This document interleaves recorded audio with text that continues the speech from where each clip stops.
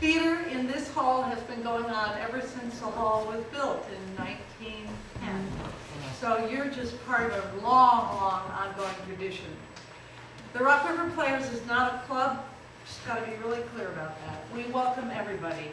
We keep seeing new people. Some people sit out. Some people bring new talents that spark a whole new direction.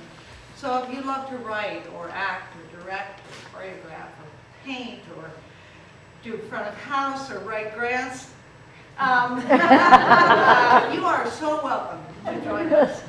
We have a lot of fun in the process. I especially with this cast and company of Earnest. Oscar Wilde really is kind of tough to beat when it comes to the good old bon mot. One of my favorites, and I'll share this with you tonight, is be yourself. Everybody else is taken. So, a couple things, housekeeping notes. The restrooms are back there. There are a couple of them more downstairs. Please be sure to silence all your gizmos, your PEDs, or whatever they, yeah. No flash photography, please. The concessions are back there. Rose Watson's laid them out in a beautiful Victorian style. So help yourself by donation. And every penny that comes in goes back to the Rock River Players and in part to the hall to help improvements to this wonderful, quirky old place. So the first act is about a little under an hour and a quarter, and the second act is about an hour, a little under. And with that said, enjoy Mr. Wilde. Enjoy the show. Thank you.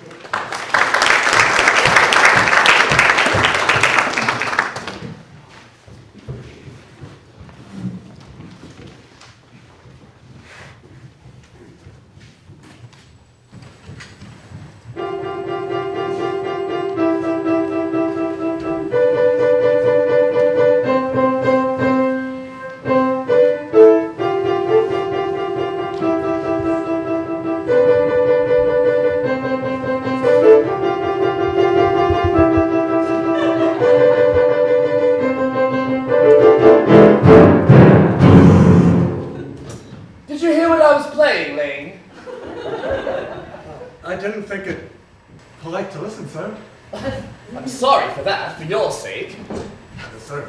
I don't play accurately. Anyone can play accurately. But I play with wonderful expression. As far as the piano is concerned, sentiment is my forte. I keep science for life. Yes, sir. Speaking of the science of life, Lane, have you got the cucumber sandwiches cut for Lady Bracknell? Sir? Ah. By the way, Lane, I see from your book that on Thursday night, when Lord Shorman and Mr. Worthing were dining with me, 8 bottles of champagne are entered as having been consumed. 8 bottles and a pint, sir. Why is it in a bachelor's establishment the servants invariably drink the champagne? I ask merely for information. I'd attribute it to the superior quality of the wine. I've often observed in married households that the champagne is rarely of the top-rated brand. Good heavens, is marriage so demoralizing as that? Oh, I believe it is quite pleasant, sir. I've had little experience of it myself. I've only been married once. And that was the consequences of a misunderstanding between myself and a lady. I don't know that I'm much interested in your family life, Lane. No, it's not a very interesting subject, sir. I never think of it myself. Very natural, I am sure. That's all. Thank you, Lane. Thank you, sir. Lane's views on marriage seem somewhat lax. Really, if the lower orders don't set us a good example, what on earth is the use of them? We seem as a class to lack any sense of moral responsibility. Mr. Earnest Worthing, sir. Ernest, what brings you up to town? Oh, pleasure, pleasure. What else should bring one anywhere? Eating as usual, I see, Algie. I believe it is customary in good society to take some light refreshment at 5 o'clock.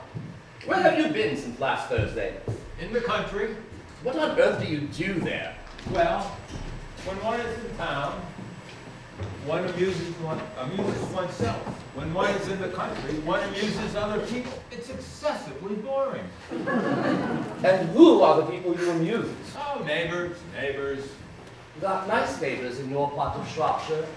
Perfectly horrid. Never speak to one of them. How immensely you must amuse them. Shropshire is your county, by the way, is it not? Shropshire?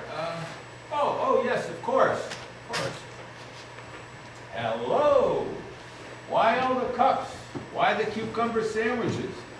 Why such reckless extravagance in one so young? Who is coming to tea? Oh, merely Aunt Augusta and Gwendolyn. Oh, how perfectly delightful. Yes, that is all very well, but I'm not quite sure Aunt Augusta will quite approve of your being here. May I ask why? My dear fellow, the way you flirt with Gwendolyn is perfectly disgraceful. It is almost as bad as the way Gwendolyn flirts with you. Well, I am in love with Gwendolyn. I came up to town expressly to propose to her. I thought you'd come up for pleasure. I'd call that business. How utterly unromantic you are. I don't see anything romantic in proposing. It is very romantic to be in love, but there's nothing romantic about a definite proposal. Why, one may be accepted. One usually is, I believe. And then the excitement is all over. The very essence of romance is uncertainty. If ever I should marry, I will certainly try to forget the fact. I have no doubt about that, dear Algie. The divorce court was specially invented for people whose memories are so curiously constituted. There's no use speculating on that subject. Divorces are made in heaven. Don't eat the cucumber sandwiches, please. They are ordered special for Aunt Augusta. You've been eating them all this while.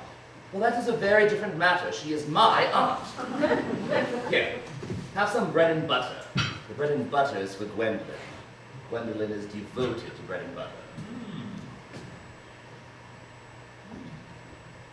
Well, you need not eat as if you're going to eat it all. Very good bread and butter it is. You behave as though you are married to her already.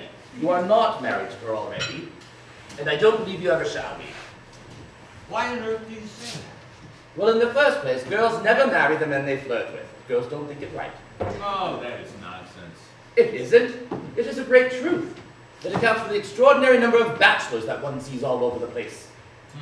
In the second place, I don't give my consent. Your consent? My dear boy, Gwendolyn is my first cousin, and before I shall consent to you marrying her, you will have to clear up the whole question of Cecily. Cecily? What on earth do you mean? What do you mean, Algie, by Cecily? I don't know anyone by the name of Cecily. Lane, please bring me that cigarette case that Mr. Worthing left in the smoking room last time he dined here. Do you mean to say that you've had my cigarette case all this time? I wish to goodness you would have let me know. I've been writing frantic letters to Scotland Yard about it. I was very nearly offering a large reward. Well, I wish you would offer one. I happen to be more than usually hard up. Well, there's no good offering a large reward now that the thing is found. Oh, I find that rather mean of you, Ernest. No matter, though. For now that I look at the inscription inside, I find the thing isn't yours after all. Of course it's mine. You've seen it. You've seen me with it 100 times. And you've no right whatsoever to read what's written inside. It's a very ungentlemanly thing to read a private cigarette case. It is absurd to have a hard and fast rule about what one should read and what one shouldn't. Why, more than half of modern culture depends on what one shouldn't read. I am quite aware of the fact, and do not propose to discuss modern culture. It's the sort of thing one shouldn't talk of in private. I simply want my cigarette case back. Yes, but this isn't your cigarette case. This cigarette case was a present from someone of the name of Cecily. And you already said that you don't know anyone by that name. Well, if you really want to know, Cecily happens to be my aunt. Your aunt? Yes, charming old lady she is. Lives at Tunbridge Wells. Algie, just give it back to me. But why does she call herself Little Cecily if she is your aunt who lives in Tunbridge Wells? From Little Cecily with the fondest love. My dear fellow, what on earth is there in that? Some aunts are tall, some aunts are not so tall. It should be a matter that an aunt should be allowed to decide for herself. You seem to think all aunts should be exactly like your aunt. That is absurd. For heaven's sake, just give me back my cigarette case. But why does your aunt call you her uncle? From little Cecily with fondest love to her dear uncle, Jack. Now, I admit, there is no objection to an aunt being a small aunt. But why any aunt, no matter her size, should call her own nephew her uncle, I can't quite make out. Besides, your name isn't Jack at all. It is Ernest. It isn't Ernest, it's Jack. But you have always told me it was Ernest. I've introduced you to everyone as Ernest. You answer to the name of Ernest.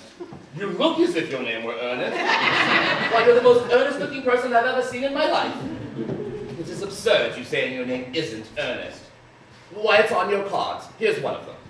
Mr. Ernest Worthing, B4, the Albany. Why, I shall keep this as proof that your name is Ernest, if ever you should try to deny it to me, or to Gwendolyn, or to anyone else for that matter. Well, my name is Ernest in town and Jack in the country. The cigarette case was given to me in the country. Yes, but that does not explain why your small Aunt Cecily, who lives at Tunbridge Wells, calls you her uncle. Come, old boy, you best have the whole thing out at once.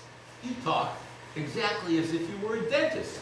It's very vulgar to talk like a dentist when one isn't a dentist. It produces a false impression. Well, that is exactly what dentists always do. Now, tell me the whole thing. I might add, however, that I have always suspected you of being a secret and confirmed Bumburiist, and I'm quite sure of it now. Bumburiist? What on earth do you mean by a Bumburiist? I shall reveal to you the meaning of that incomparable expression as soon as you are kind enough to tell me why you are Ernest in town and Jack in the country. Well, produce my cigarette case first. Here it is. Now, produce your explanation, and pray make it improbable. There is nothing improbable at all about my explanation. It is perfectly ordinary. The old Mr. Thomas Cardew, who adopted me as a little boy, made me, in his will, guardian to his granddaughter, Miss Cecily Cardew. Cecily, who addresses me as uncle out of motives of respect, which you cannot possibly appreciate, lives at my place in the country under the charge of her admirable governess, Miss Prism. And where is that place in the country, by the way? That's nothing to you, old boy. You're never going to be invited. I may tell you candidly, the place is not in Shropshire either. Oh, I suspected that. I've bumburied all over Shropshire on 2 separate occasions. Now, go on. Why are you Ernest in town and Jack in the country?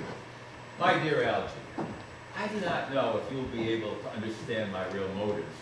You hardly seem serious enough. But when one is placed in the position of guardian, one has to adopt a very high moral tone on all subjects. It's one's duty to do so. Now, a very high moral tone can hardly be said to conduce to either one's health or happiness. So, when I have to come up to town, I have always pretended to have a younger brother by the name of Earnest, who lives at the Albany and gets in the most dreadful scrapes. My dear Algy, that's the whole truth, pure and simple. The truth is rarely pure and never simple. Modern life would be quite tedious if it were either, and modern literature a complete impossibility. That wouldn't be at all a bad thing. Literary criticism is not your forte, my dear fellow. Don't try it. Leave that to fellows who haven't been to university. You do it so well in the daily papers. What you really are is a Bumburiist. I was quite right in guessing you were a Bumburiist. You're in fact one of the most advanced Bumburiists I know. What on earth do you mean? You have invented a very useful younger brother called Ernest, so that you may be able to come into town whenever you like. I have invented a perfectly invaluable invalid friend called Bumbody, so that I may be able to go out into the country whenever I choose. Bumbody is perfectly invaluable. Why, if it weren't for Bumbody's extraordinary bad health, for instance, I wouldn't be able to dine with you tonight at Willis's, for I've really been engaged to Aunt Augusta for more than a week. I haven't asked you to dine with me anywhere tonight. I know you are extremely careless about sending out invitations. It's very foolish of you. Nothing annoys people so much as not receiving invitations. You had much better dine with your aunt and Esther. I haven't got the smallest intention of doing anything of the kind. To begin with, I dine there on Monday, and once a week is more than enough to dine with one's own relations. In the second place, whenever I do dine there, I'm always treated like a member of the family and either set down with no woman at all or two. And in the third place, I know perfectly well who she's going to place me next to tonight. She's going to place me next to Mary Farquhar, who always flirts with her own husband across the dinner table. It is not very pleasant. Indeed, it is not even decent. And that sort of thing is enormously on the increase. The number of women in London who flirt with their own husbands is perfectly scandalous. It looks so bad. It's simply washing one's own clean linen in public. Besides, now that I know you to be a bumbleist, naturally I want to talk to you about bumbling. I want to tell you the rules. I'm not a bumberyist at all. If Gwendolyn accepts me, I will kill my brother Ernest. Indeed, I may kill him in any case. Cecily seems a little too much interested in him. And that's not a good thing. That's not a very good thing.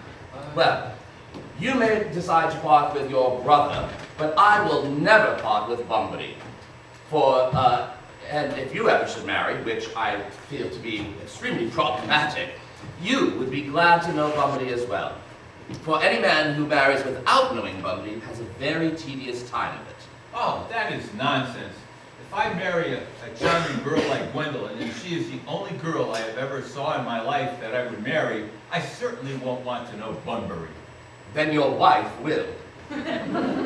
You don't seem to realize that in married life, 3 is company and 2 is none. Oh, that, my dear young fellow, is the theory that the corrupt French drama has been propounding for the last 50 years. Yes, and that the happy English home has proved in half the time. Oh, for goodness sakes, don't try to be cynical. It's perfectly easy to be cynical. My dear boy, it is not easy to be anything nowadays. There's such a lot of beastly competition about.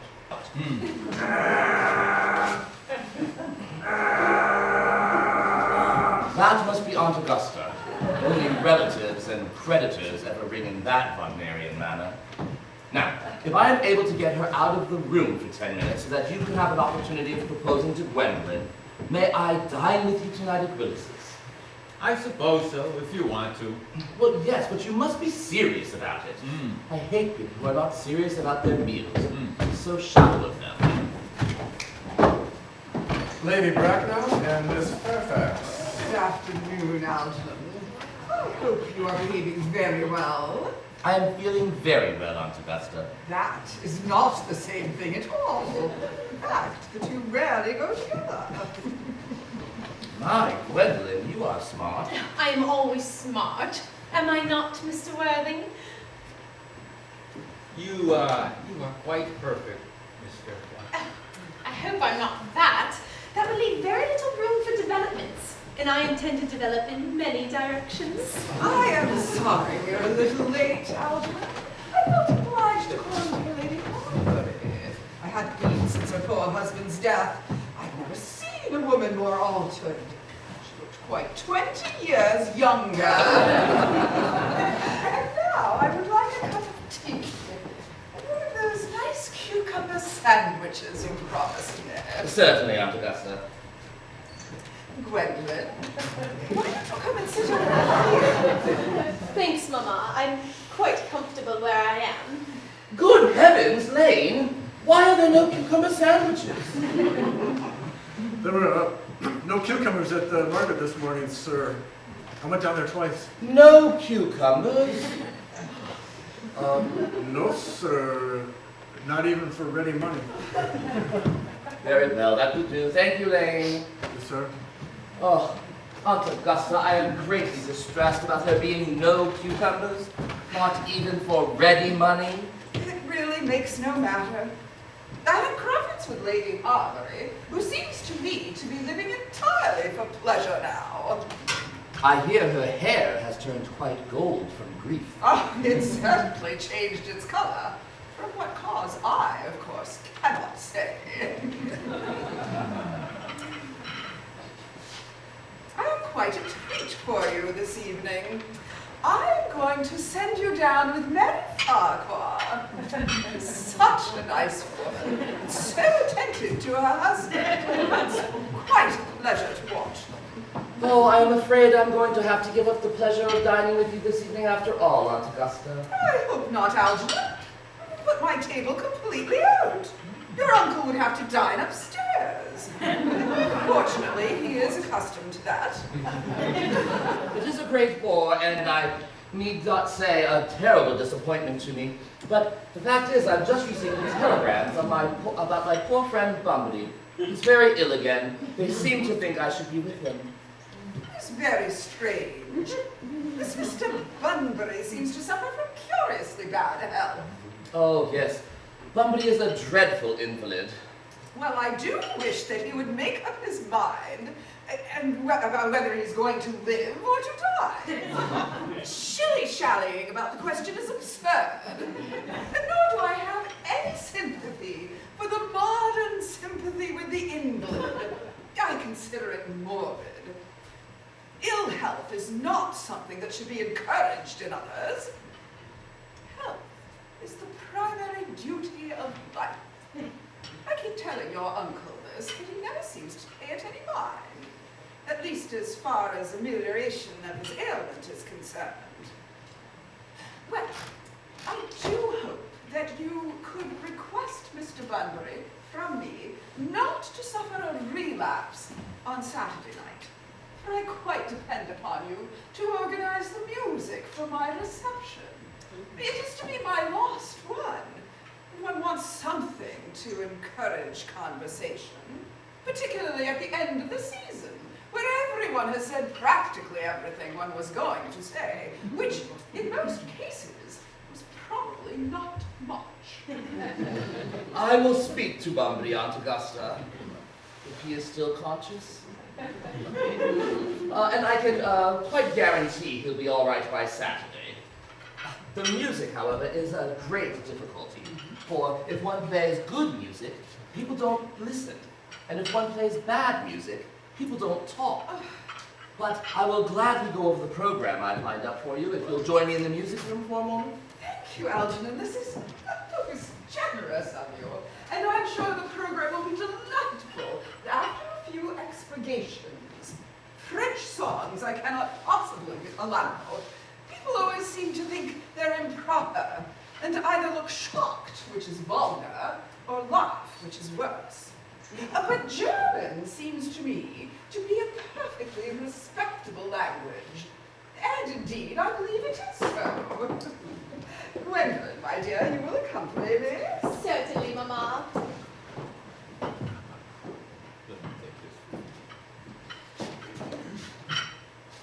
Charming day it has been, Miss Fairfax. Oh, pray, don't talk to me about the weather, Mr. Worthing.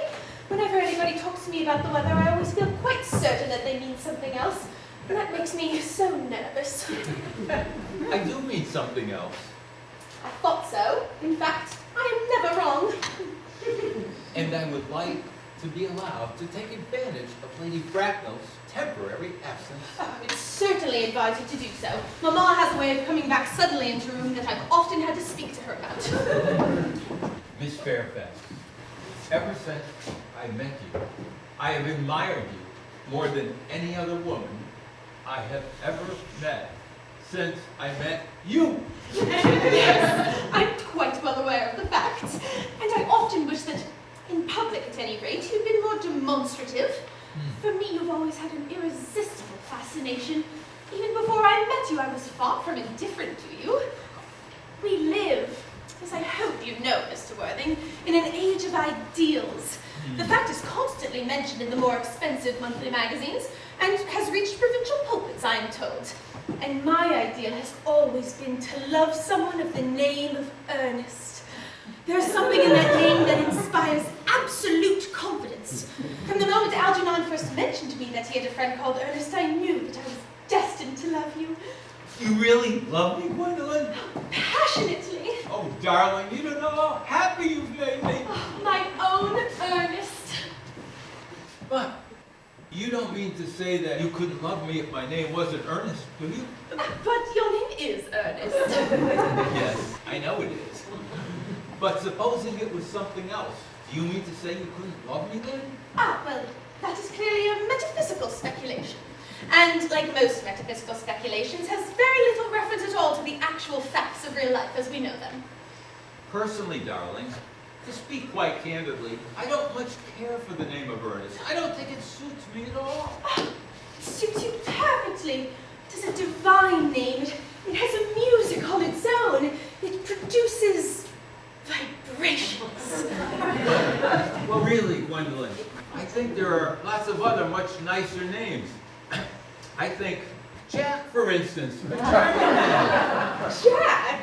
No, there is very little music in the name of Jack, if any at all, indeed. It does not thrill. It produces absolutely no vibrations. I have known several Jacks, and they all, without exception, have been more than usually plain. Besides, Jack has a notorious domesticity for John, and I pity any woman who must be married to a man called John. I think she would probably never be allowed to know the entrancing pleasure of a single moment's solitude. The only really safe name is Earnest. Gwendolyn, I must get christened at once. We must get married at once. There is no time to be lost. Married, Mr. Worthing? Well, surely, you know that I love you, and you have led me to believe, Miss Fairfax, that you are not absolutely indifferent to me. I adore you, but you haven't proposed to me yet. Nothing at all has been said about marriage. The subject has not even been touched on. Well, may I propose to you now? I think it would be an admirable opportunity. And to spare you any possible disappointment, Mr. Worthing, I feel it only fair to tell you quite frankly beforehand that I am fully determined to accept you. Gwendolyn. Yes, Mr. Worthing, what have you got to say to me? You know what I have to say to you. Yes, but you don't say it. Gwendolyn, will you marry me? Of course I will, darling. How long you've been about it. I'm afraid you have very little experience in how to propose. My own one. I have never loved anyone in the world but you. Yes, but men often propose for practice. I know my brother Gerald does. All my girlfriends tell him so. Ernest, what wonderfully brown eyes you have. They are quite brown. I hope you will always look at me just like that, especially when there are other people present. Mr. Worthing! Rise, sir, from that semi-recumbent posture. It is most decorous. Mamma, I must beg you to retire. This is no place for you, and besides, Mr. Worthing is not quite finished yet. Finished what, may I ask? I am engaged to Mr. Worthing, Mamma. I beg your pardon. You are not engaged to marry anyone. When you do become engaged, I, or your father, should his health allow, will inform you of the fact that engagement should come upon a young girl as a surprise, whether pleasant or unpleasant as the case may be. It is certainly not something that she could be expected to arrange for herself. Now, I have some questions to put to you, Mr. Worthing. While I'm making these inquiries, Gwendolyn, you will wait below for me in the carriage. Mamma? In the carriage, Gwendolyn.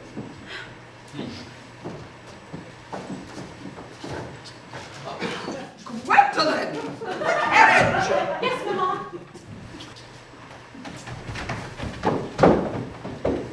You can take a seat, Mr. Worthing. Thank you, Lady Bracknell. I prefer standing. I feel bound to tell you that you are not on my list of eligible men. Although I share the same list the dear Duchess of Bolton has. We work together on this, in fact. However, I am more than ready to note down your name, should your answers be all that a really affectionate mother requires. Do you smoke? Ah, well, yes, I must admit I smoke. I am glad to hear it. A man should have an occupation of some kind. There are far too many idle men around London as it is. How old are you? Oh, going on 39. An excellent age to be married at. I am of the opinion that a man who desires to get married should know either everything or nothing. Which do you know? I know nothing, Lady Bracknell. That is as it should be. I dislike anything that tampers with natural ignorance. Ignorance is a delicate, exotic. Touch it, and the bloom is gone. The whole theory of modern education is radically unsound. Fortunately, in England, at any rate, it seems to have no effect whatsoever. If it did, it would prove most dangerous to the upper classes, and probably lead to acts of violence at Grosvenor Square. What is your income? Between 7,000 and 8,000 a year. In land or investments? In investments, chiefly. And that is excellent. What between the duties expected of one during one's life and those extracted from one after one's dead, land has ceased to be a pleasure or a profit. It provides one with position and prevents one from keeping it up. That is all that can be said about land. Well, I have a country house with some land, of course, attached to it. About 1,500 acres, I believe. But I do not depend on it for my real income. In fact, as far as I can make out, the poachers are the only people who make anything out of it. A country house? How many bedrooms? Oh, never mind. All that can be gone over in the future. You do have a townhouse, I hope. A girl with a simple, unspoiled nature like Gwendolyn can hardly be expected to reside in the country. I own a house in Belgrave Square. It is let by the year to Lady Bloxham. Of course, I can get it back whenever I like at 6 months' notice. Lady Bloxham? I don't know her. Oh, she goes about very little. She's a lady considerably advanced in years. Nowadays that is no guarantee for respectability of character. What number, Belgrave Square? 149. The unfashionable side. I thought there was something. Well, all that can be altered. Do you mean the fashion or the side? Both, if necessary, I presume. What are your politics? I'm afraid I really have done. I'm a liberal unionist. No, they count as Tories. They dine with us or come in the evening, at any rate. Now to minor matters. Are your parents living? I lost both my parents. To lose one parent, Mr. Worthing, may count as a misfortune. To lose both looks like carelessness. What was your father? He was evidently a man of some value. Did he, as the radical papers would have it, stem from the purple of commerce? Or did he rise from the ranks of the aristocracy? I'm afraid I really don't know. The fact is, Lady Bracknell, I told you that I've lost my parents, but it would be nearer the truth to say my parents seem to have lost me. I don't know actually who I am by birth. I was found. Found? Yes. The late Mr. Thomas Cardew, an old gentleman of a very charitable and kindly disposition, found me and gave me the name of Worthing because he happened to have a first-class ticket to Worthing in his pocket at the time. Worthing is a place in Sussex. It is a seaside resort. And where did this charitable gentleman with a first-class ticket to the seaside resort find you? In a handbag. Handbag? Yes, Lady Bracknell, in a handbag. Somewhat large, Brown leather handbag with handles to it. A very ordinary handbag, in fact. In what locality did this Mr. James or Thomas Cardew find this ordinary handbag? In the cloakroom of Victoria Station. It was given him in mistake for his own. The cloakroom at Victoria Station? Yes, the Brighton line. Oh, the line is immaterial. Mr. Worthing, I confess I feel quite bewildered by what I have just heard. To be born, or at any rate bred, in a handbag, whether it has handles or not, seems to me to show a defiance of the plain and simple values of the family that strike one as being parallel to the worst excesses of the French Revolution. And I trust you know where that unfortunate movement led to. Oh, yes. As to the locality in which the handbag was found, a cloakroom at a railway station may be used to cover up a social indiscretion. It's probably been used before now for such a purpose. But it can hardly be regarded as an assured basis for a recognized position in good society. Well, may I ask you then what you would advise me to do? Well, I need hardly say I would do anything in the world to ensure Gwendolyn's happiness.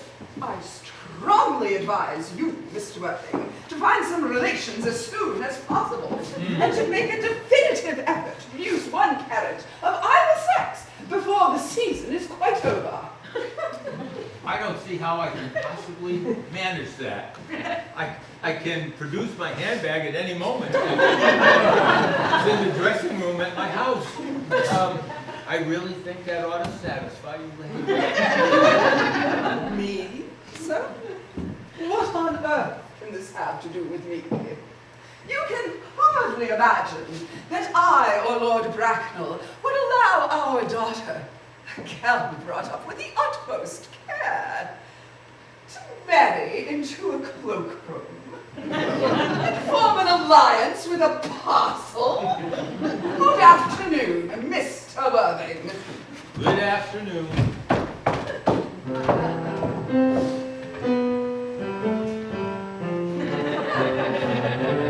For goodness sakes, don't play that ghastly tune, Algie. How idiotic you are. Didn't it go off all right, old boy? Oh, you don't mean to say Gwendolyn refused you? I know, it's just a way she has. She's always refusing people. I feel it is most ill-natured of her. Gwendolyn is as right as a trivet. As far as she is concerned, we are engaged. Her mother is perfectly unbearable. Never met such a gorgon. Of course, I don't know what a gorgon is like, but I am quite sure that Lady Bracknell is one. In any case, she is a monster. Oh, Algie, I beg your pardon. I suppose I shouldn't speak of your aunt in this way before you. My dear fellow, I love hearing my relations abused. It is the only thing that makes me put up with them at all. Relations are simply a tedious pack of people who haven't got the remotest knowledge about how to live, nor the smallest instinct of when to die. Oh, that is nonsense. It isn't. Oh, I won't argue the matter with you. You always want to argue about everything.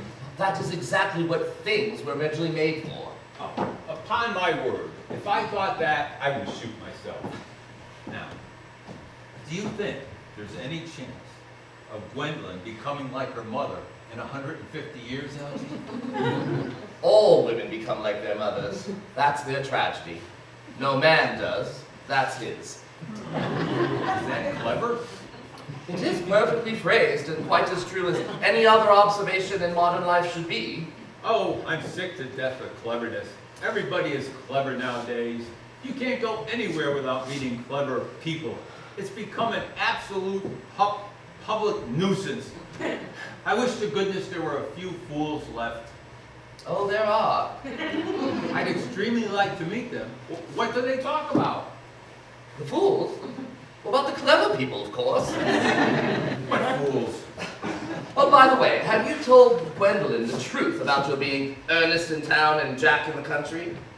My dear fellow, the truth is not the sort of thing one tells to a nice, sweet, refined girl. What extraordinary ideas you have about the way to behave to a woman. The only way to behave to a woman is to make love to her if she is pretty, and to someone else if she's plain.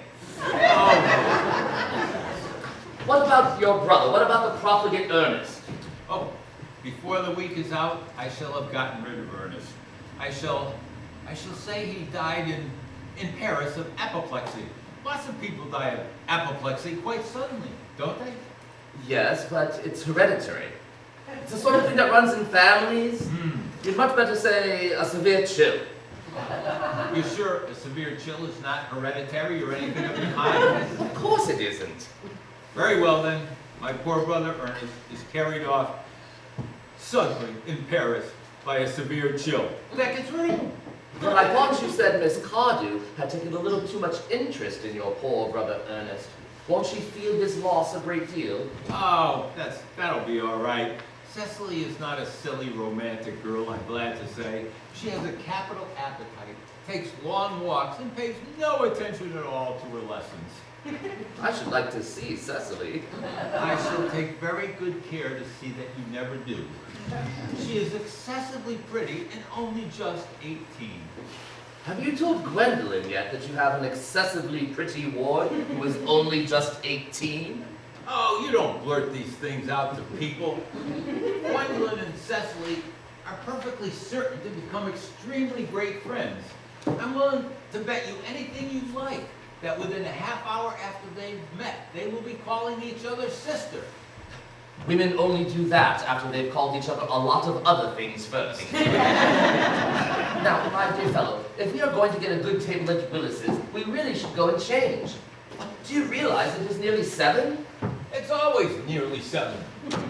But I'm hungry. I never knew you when you weren't. What shall we do after dinner? Shall we go to the theater? Oh no, I loathe listening. Shall we go to the club? Oh no, I hate talking. What shall we do? Nothing. It is awfully hard work doing nothing. However, I don't mind hard work as long as there's no definite object of any kind. Miss Fairfax. Gwendolyn, upon my word. Algy, kindly turn your back. I have something very particular to say to Mr. Worthing. But Gwendolyn, I don't think I can allow that at all. Algy, you always adopt a strictly immoral attitude towards life. You are not quite old enough to do that. My own darling. Ernest, we may never be married. From the expression of Mamma's face, I fear we never shall. Few parents nowadays pay any regard to what their children have to say to them. The old-fashioned respect for the young is fast dying out, and whatever influence I ever had over Mamma, I lost at the age of 3. But although she may prevent us from becoming man and wife, and I may marry someone else, and marry often, nothing she could possibly do could alter my eternal devotion to you. Dear Gwendolyn.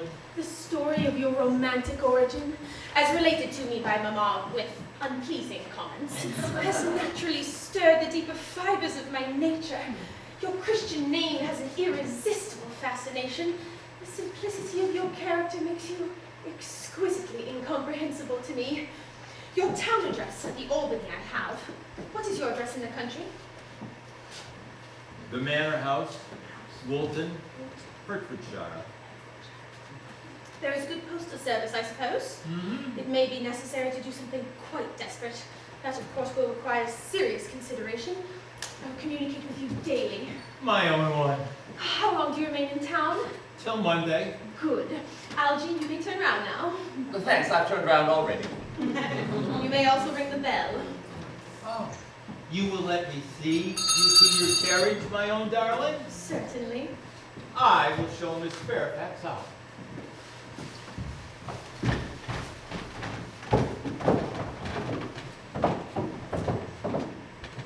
Might we discuss my back wages at this point, sir?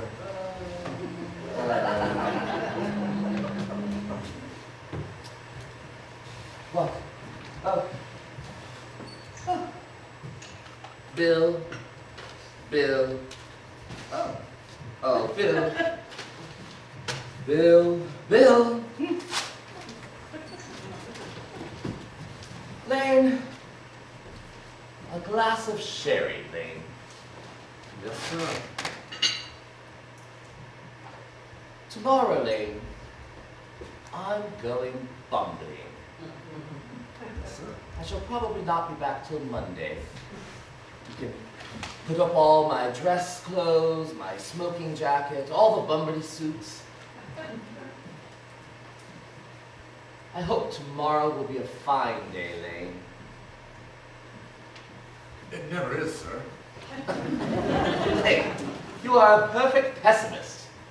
I do my best to satisfy, sir.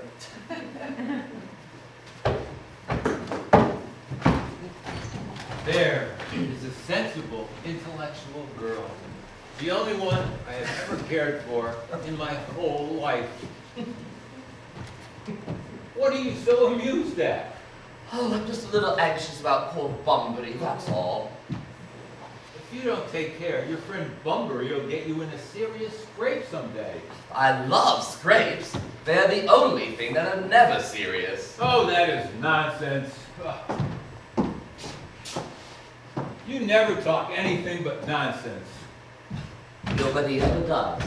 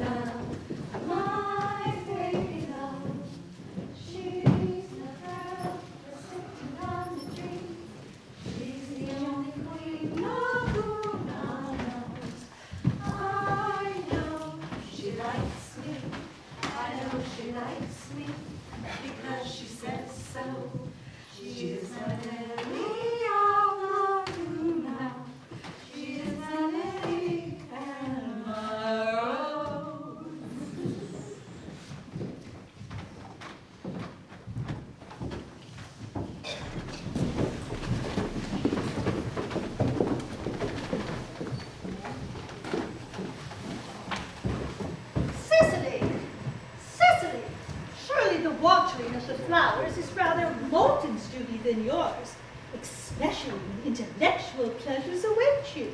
Your German grammar is on the table. Pray, open it at page 15. We shall repeat yesterday's lesson.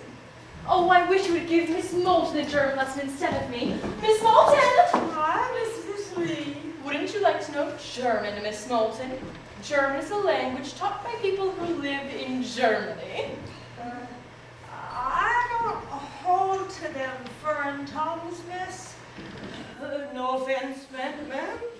Cecily, this simply will not do. Open your Schiller at once. But I don't like German. It isn't at all a becoming language. I know perfectly well I look quite plain after my German lesson. Child, you know how anxious your guardian is that you should improve yourself in every way. He laid particular stress on your German as he was leaving for town yesterday. Indeed, he always lays stress on your German as he's leaving for town. Dear Uncle Jack is so very serious. Sometimes he is so serious, I think he cannot be quite well. Your guardian enjoys the best of health, and the gravity of his demeanor is to be especially commended in one so comparatively young as he. I know no one with a greater sense of duty and responsibility. I suppose that's why he often looks a little bored when we three are together. Cecily, I am surprised at you. Mr. Worthing has many troubles in his life. Either marrying at a triviality would be out of place in his conversation.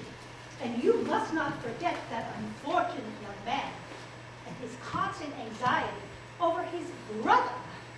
Oh, I wish Uncle Jack would allow that unfortunate young man, his brother, to come down here for a change. We might have a good influence over him, Miss Prism. I'm sure you certainly would. You know German and geology, and all things of that nature influence a man very much. I do not think that even I could produce an effect on a character that, according to his own brother's admission, is irretrievably weak and vacillating. Indeed, I am not so sure I would desire to reclaim him. I'm not one for this modern mania of turning bad people into good people at a moment's notice. As the man sows, so let him reap. Cecily, you must put away your diary. I do not see why you should keep a diary at all. I keep a diary to enter the wonderful secrets of my life. If I didn't write them down, I should probably forget all about them. Memory, my dear Cecily, is the diary you all carry about with us. Yes, but it usually chronicles the things that have never happened and couldn't possibly have ever happened. I believe memory is responsible for nearly all 3-volume novels that Moody sends us. Do not speak slightingly of the 3-volume novel, Cecily. I wrote one myself in earlier years. Did you really, Miss Prism? How wonderfully clever you are. I hope it did not end happily. I do not like novels that end happily. They depress me so much. The good ended happily, and the bad ended unhappily. That is what fiction means. I suppose so. But it seems rather unfair. And was your novel ever published? Alas, no. The manuscript, unfortunately, was abandoned. Abandoned? I use the word as in lost or mislaid. To your work, child. These speculations are profitless. Oh, but I see dear Dr. Chasuble coming up through the garden. Dr. Chasuble, this is indeed a pleasure. And how are we this morning? Miss Prism, you are, I trust, well. Oh, Miss Prism has just been complaining of a slight headache. I think it would do her so much good to have a short stroll with you in the park, Dr. Chasuble. Cecily, I said nothing about a headache. No, dear Miss Prism, I know that. But I felt instinctively that you had a headache. Indeed, I was thinking about that and not about my German lesson when the rector came in. Oh, I hope, Cecily, you are not inattentive. Oh, I'm afraid I am. That is strange. Were I fortunate enough to be Miss Prism's pupil, I would hang upon her lips. I spoke metaphorically, my metaphor being drawn from the bees. Mr. Worthing, I suppose, has not returned from town yet. We do not expect him until late Monday afternoon. Yes, he usually likes to spend his Sundays in London. He is not one of those whose sole aim is enjoyment, as, by all accounts, that unfortunate younger brother of his seems to be. But I must not disturb Egeria and her pupil any longer. Egeria, my name is Letitia, Doctor. Yes, a classical allusion merely, drawn from the pagan authors. No doubt I'll see you both at evensong. Good day. Dear Doctor, I think I will have a stroll with you after all. I find that I do have a bit of a headache, and a walk might do it good. With pleasure, Miss Prism, with pleasure. We might walk as far as the schools and back. That would be delightful. Oh. Cecily, you will read your political economy in my absence. The chapter on the fall of the rupee you may omit. It is somewhat too sensational. Even these metallic problems have their melodramatic side. Come. I especially like the flowers. Developing streams. Horrid political economy, horrid geography, and horrid German. Mr. Ernest Worthing has just driven over from the station. He has brought his luggage with him. Mr. Ernest Worthing before the Albany, Uncle Jack's brother. Did you tell him Mr. Worthing was in town? Yes, miss, he seemed very much disappointed. I mentioned that you and Miss Prism were in the garden. He said he was anxious to speak to you privately for a moment. Have Mr. Worthing come here, and I suppose you'd better talk to the housekeeper about a room for him. Yes. I have never met a really wicked person before. I am rather frightened. I am so afraid he will look just like everyone else. He does! You are my little cousin Cecily, I'm sure. You are for some strange mistake. I am not little. In fact, I believe I am more than usually tall for my age. But I am your cousin Cecily, and you, I see from your car, are Uncle Jack's brother, my cousin Ernest, my wicked cousin Ernest. Oh, I am not really wicked at all, cousin Cecily. You must not think that I am wicked. Oh, but if you are not, then you've certainly been deceiving us all in a very inexcusable manner. I hope you have not been leading a double life, pretending to be wicked and being good all along. That would be hypocrisy. Well, I suppose I have been rather reckless. I'm glad to hear it. Now that you mention the subject, I have been rather bad in my own small way. No, I don't think you should be so proud of that, though I'm sure it was very pleasant. It is much pleasanter being here with you. I can't see how you're here at all. Uncle Jack will be back until Monday afternoon. Oh, it is a great disappointment, for I'm obliged to be on the first train Monday morning. I have a business engagement I am anxious to miss. Couldn't you miss it anywhere in London? No, the appointment is in London. Oh, well, I know, of course, how important it is to miss a business engagement if one wants to retain any sense of the beauty of life, but still, I think you better wait until Uncle Jack returns. I know he wanted to speak with you about your emigrating. About my what? You're emigrating. He's going to buy your outfit. Well, I certainly wouldn't allow Jack to pick out my outfit. He's got absolutely no taste in neckties at all. No, I don't think you'll require neckties. Uncle Jack is sending you to Australia. Australia? Well, I'd sooner die. Well, he said at dinner on Wednesday night, you'd have to choose between this world, the next one, and Australia. Well, the accounts I have received of Australia and the next world have not been particularly encouraging. This world is good enough for me, Cousin Cecily. Yes, but are you good enough for it? Oh, I'm afraid I'm not that. That is why I would like you to reform me. I thought you might make that your mission, if you don't mind. I'm afraid I have no time this afternoon. Would you mind my reforming myself this afternoon? It is rather quixotic of you, but I think you should try. I will. In fact, I'm feeling better already. You're looking a little worse. That's because I'm hungry. Oh, how thoughtless of me. I should remember that when one is leading an entirely new life, one requires regular and wholesome meals. Oh, won't you come in? Thank you. But might I have a flower for my buttonhole first? I never seem to have any appetite unless I have a buttonhole first. A Martial meal? I'd sooner have a pink rose. Why? Because you, Cousin Cecily, are like a pink rose. Oh, I don't think it can be right for you to say things like that to me. Miss Prism never says such things to me. Well, then Miss Prism is a short-sighted old lady.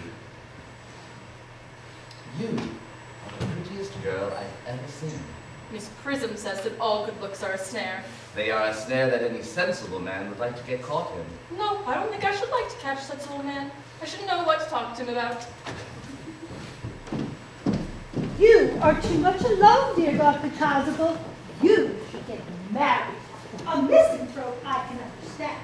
A womanthrope, never. Believe me, I do not deserve so mutualistic a praise. The precept, as well as the practice of the primitive church, was distinctly against matrimony. That is obviously why the primitive church has not lasted up to the present day. And do you not seem to realize, dear doctor, that by remaining persistently single, a man converts himself into a permanent public temptation? Men should be more careful. This very celibacy could lead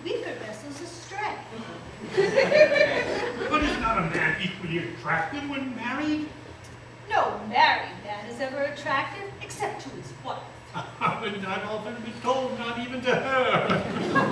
That depends on the intellectual sympathies of the woman. Maturity can always be counted on. Ripeness can be trusted. Young women are green. I use the term horticulture. I drew my metaphor from fruit. But where is Cecily? Perhaps she followed us through the schools. We should go see. Mr. Worthing! Mr. Worthing. We did not look for you until Monday afternoon. This is indeed a surprise. I have returned sooner than I expected. Dr. Chasuble, I hope you are well. My dear Mr. Worthing, I trust this garb of woe does not betoken some terrible calamity. My brother. More debts and shameful extravagances? Still leading a life of pleasure. Dead. Your brother Ernest, dead? Quite dead. What a lesson for him. I trust he will profit by it. My dear Mr. Worthing, I offer you my deepest and sincerest condolence. At least you have the consolation of knowing that you have always been the most generous and forgiving of brothers. Poor Ernest. He had many faults, but it is a sad, sad blow. Sad indeed. Were you with him at the end? No, he died abroad in Paris. In fact, I had a telegram last night from the manager of the Grand Hotel. Oh. What was the cause of death mentioned? A severe chill, it seems. As a man sows, so let him reap. Charity, Miss Prism, charity. None of us is perfect. I myself am peculiarly susceptible to drafts. Now, sir, will the interment take place here? No, he seems to have expressed a desire to be buried in Paris. In Paris? Why, I fear that hardly points to any very serious state of mind at the last. Oh, my. Well, of course you may wish me to make some brief mention of this tragic domestic affliction next Sunday.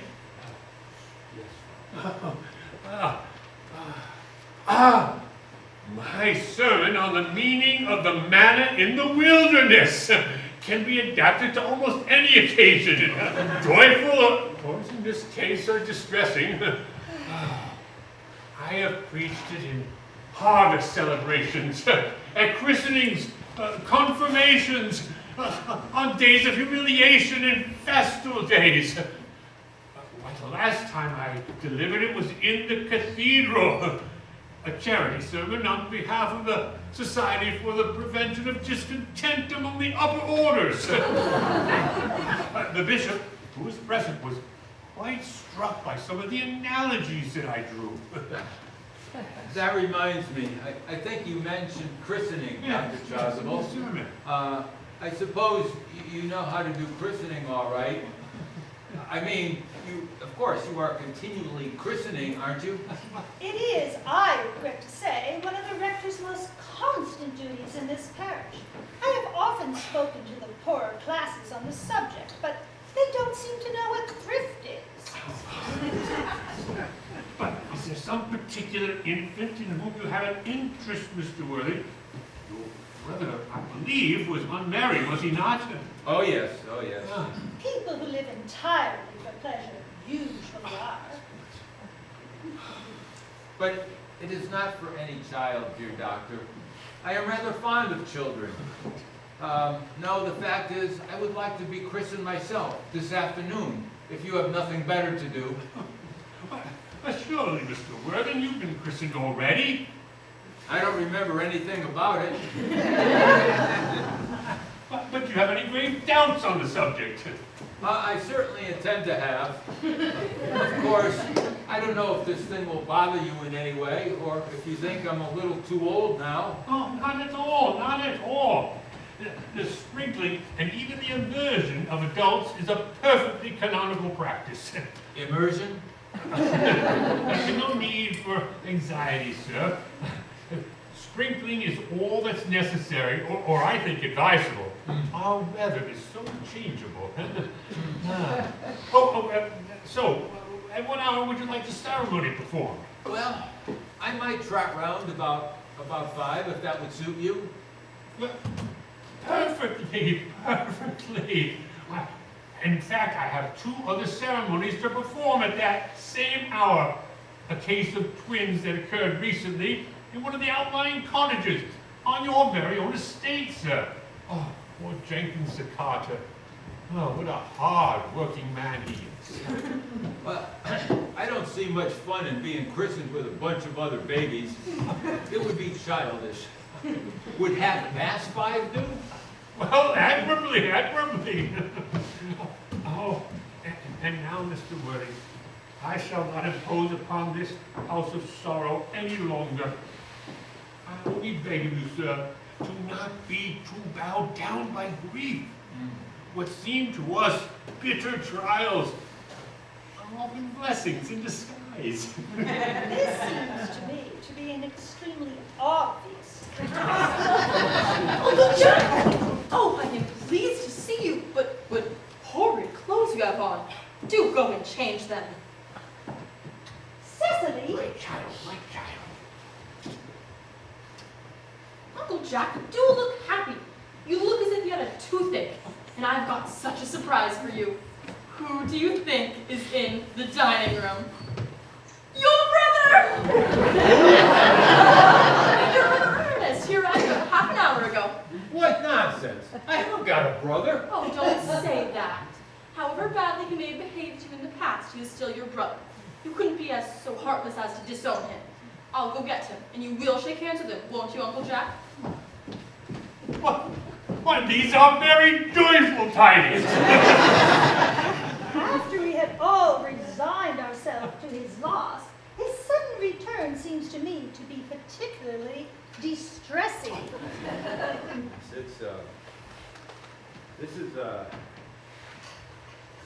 My brother's in the dining room? I don't know what all this means. Jeez. Perfectly absurd!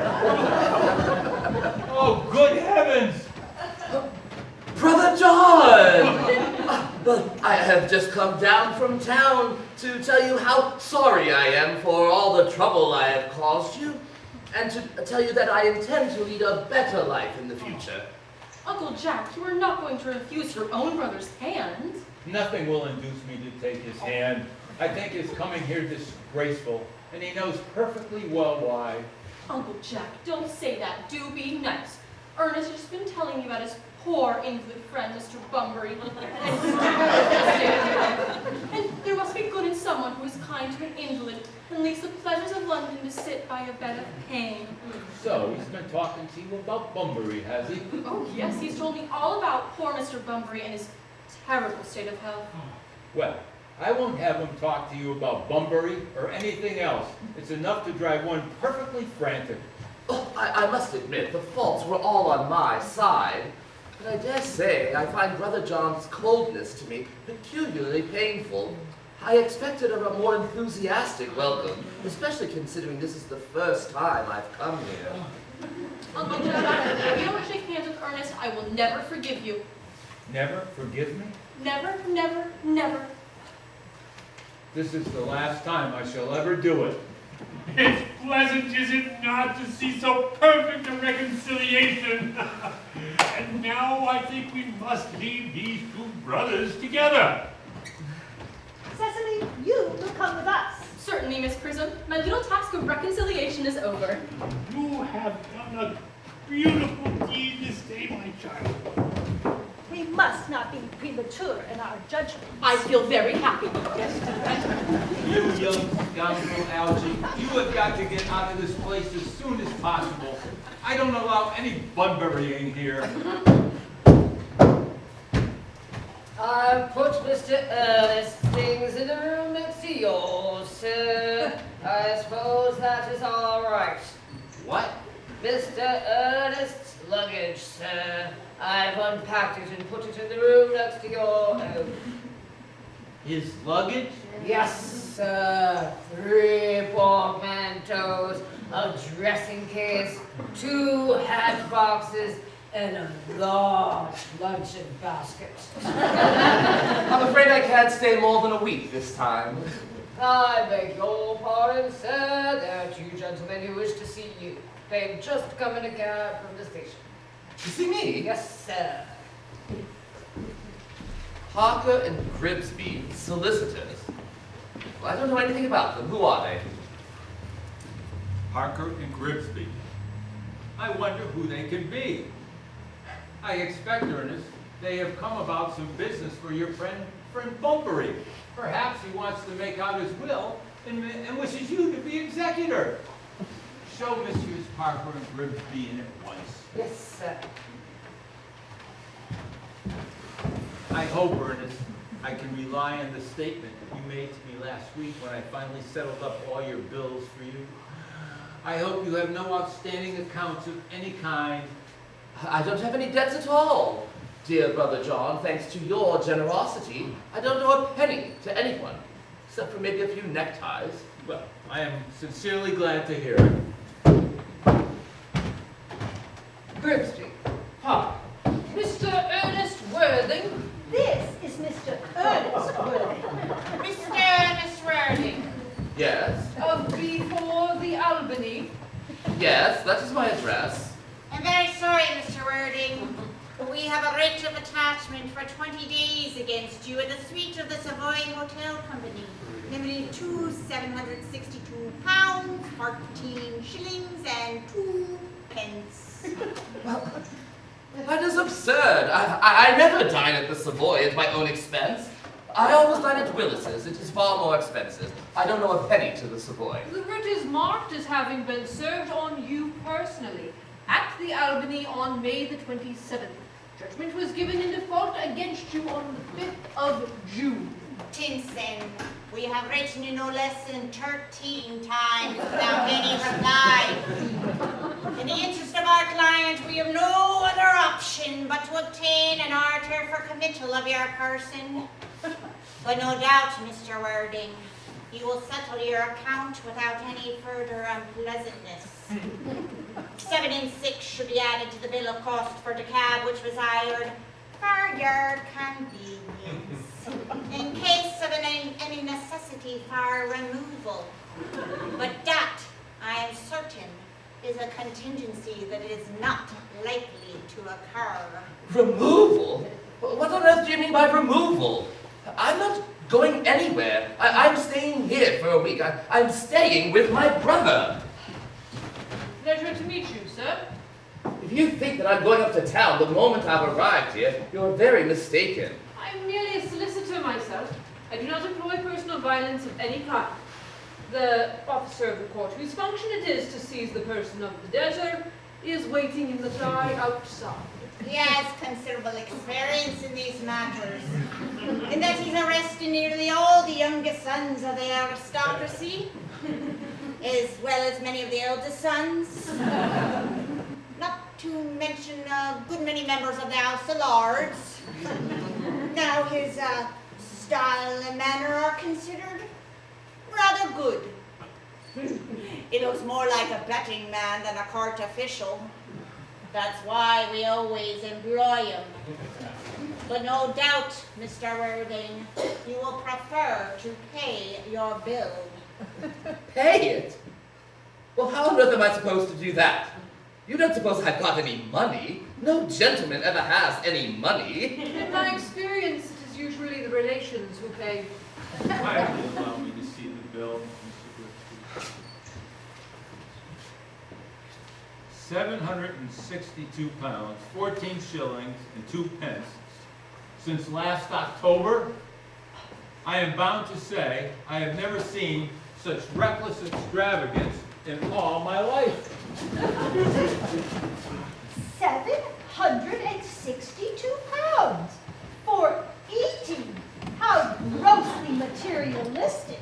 Little good can come of a young man who eats so much and so often.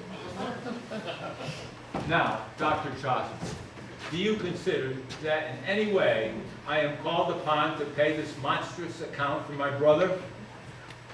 I'm bound to say I do not think so. It would be encouraging his profligacy. My dear boy, how ridiculous you are! You know that the bill is really yours. Mine? Yes, you know that To disturb this pleasant family meeting, but time presses. We have to be at Arloways by 4 o'clock, or else it's difficult to obtain admission. The rules are very strict. Holloway? It is at Holloway that detentions of this character take place, always. Well, I'm certainly not going to be imprisoned in the suburbs for having dined in the West End. That's ridiculous. The writ was for suppers, not for dinners. Well, I really don't care. All I say is I'm not going to be imprisoned in the suburbs. The surroundings, I admit, are middle class, but the jail itself is fashionable and well aired, and there are ample opportunities for taking exercise at certain stated hours of the day. In the case of a medical certificate, which are always easy to obtain, the hours can be extended. Exercise? Good God! No gentleman ever takes exercise. You don't seem to understand what a gentleman is. I have met so many of them, sir, that I'm afraid I do not. There's the most curious varieties of them. The result of cultivation, no doubt. Well, if you kindly come now, sir, if it wouldn't be too much of an inconvenience. Jack!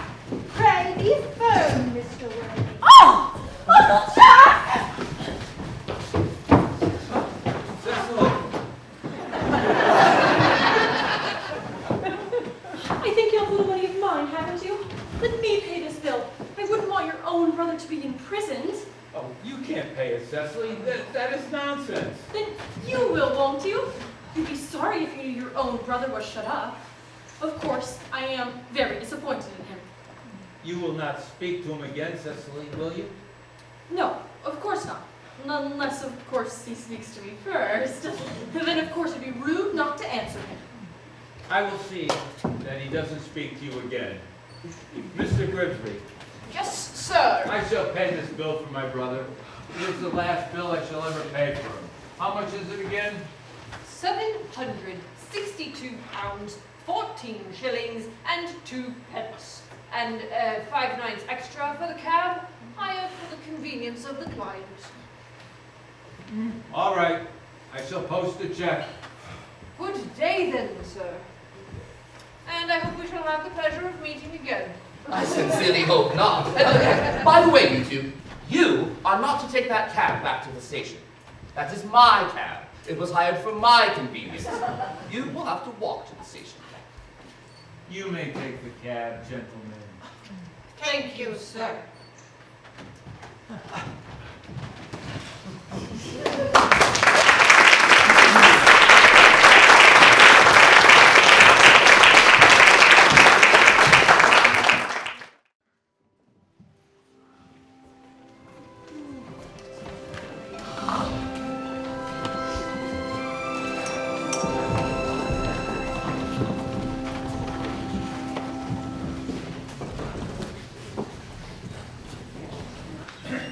Merriman, order up the dog cart.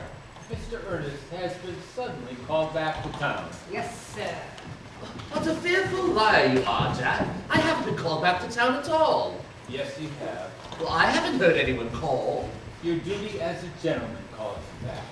My duty as a gentleman has never interfered with my pleasures in the least. I quite understand that, judging from your extravagances. Well, that Cecily is a darling. I don't want you talking about Miss Cardew like that. I don't like it. Well, I don't like your clothes. You look perfectly ridiculous in them. Why don't you go up and change? Well, it's perfectly childish that you should be in deep mourning for a man who's actually going to be staying with you at your house for a week as a guest. I call it grotesque. You certainly are not staying at my house for a week as a guest or anything else. You have got to leave on the 4:05 train. Well, I certainly won't leave you while you are in mourning. It would be most unfriendly. If I were in mourning, you would stay with me, I suppose. I would find it very unkind if you didn't. Will you go if I change my clothes? Yes. As long as you're not so long about it. I've never seen anyone take so long to dress, and with such little result. At any rate, it's better than always being overdressed as you are. If I am occasionally a little overdressed, I always make up for it by being exceedingly overeducated. Your vanity is ridiculous. Your conduct an outrage, and your presence in my garden utterly absurd. However, you have got to catch the 4:05 train. I hope you have a pleasant journey back home. Your bumbering, as you call it, has not been a great success for you. I think it has been a great success. I'm in love with Cecily. That's everything. But I must see her before I go. Make arrangements for another bumbling. Oh, there she is. Oh, I merely came back to water the roses. I thought you were with Uncle Jack's. He's gone to order the dog cart for me. Is he going to take you for a nice drive? He's going to send me away. Then have we got to part? I'm afraid so. It is a very painful parting. It is always painful to part from people one has known for a very brief space of time. The absence of old friends one can endure with equanimity, but even a momentary separation from anyone to whom one has just been introduced is almost unbearable. Thank you.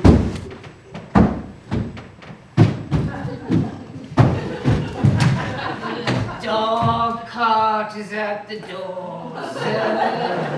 Can we wait for 5 minutes? Yes, miss.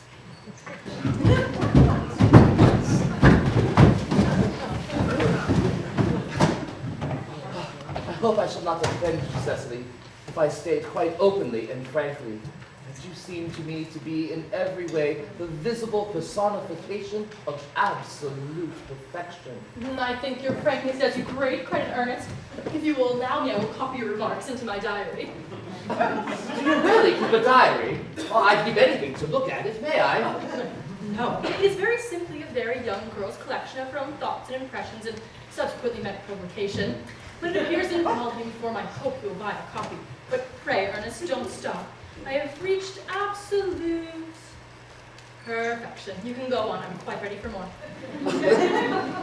Oh, don't cough, Ernest. When one is dictating, one should speak fluidly and not cough. Besides, I don't know how to spell a cough.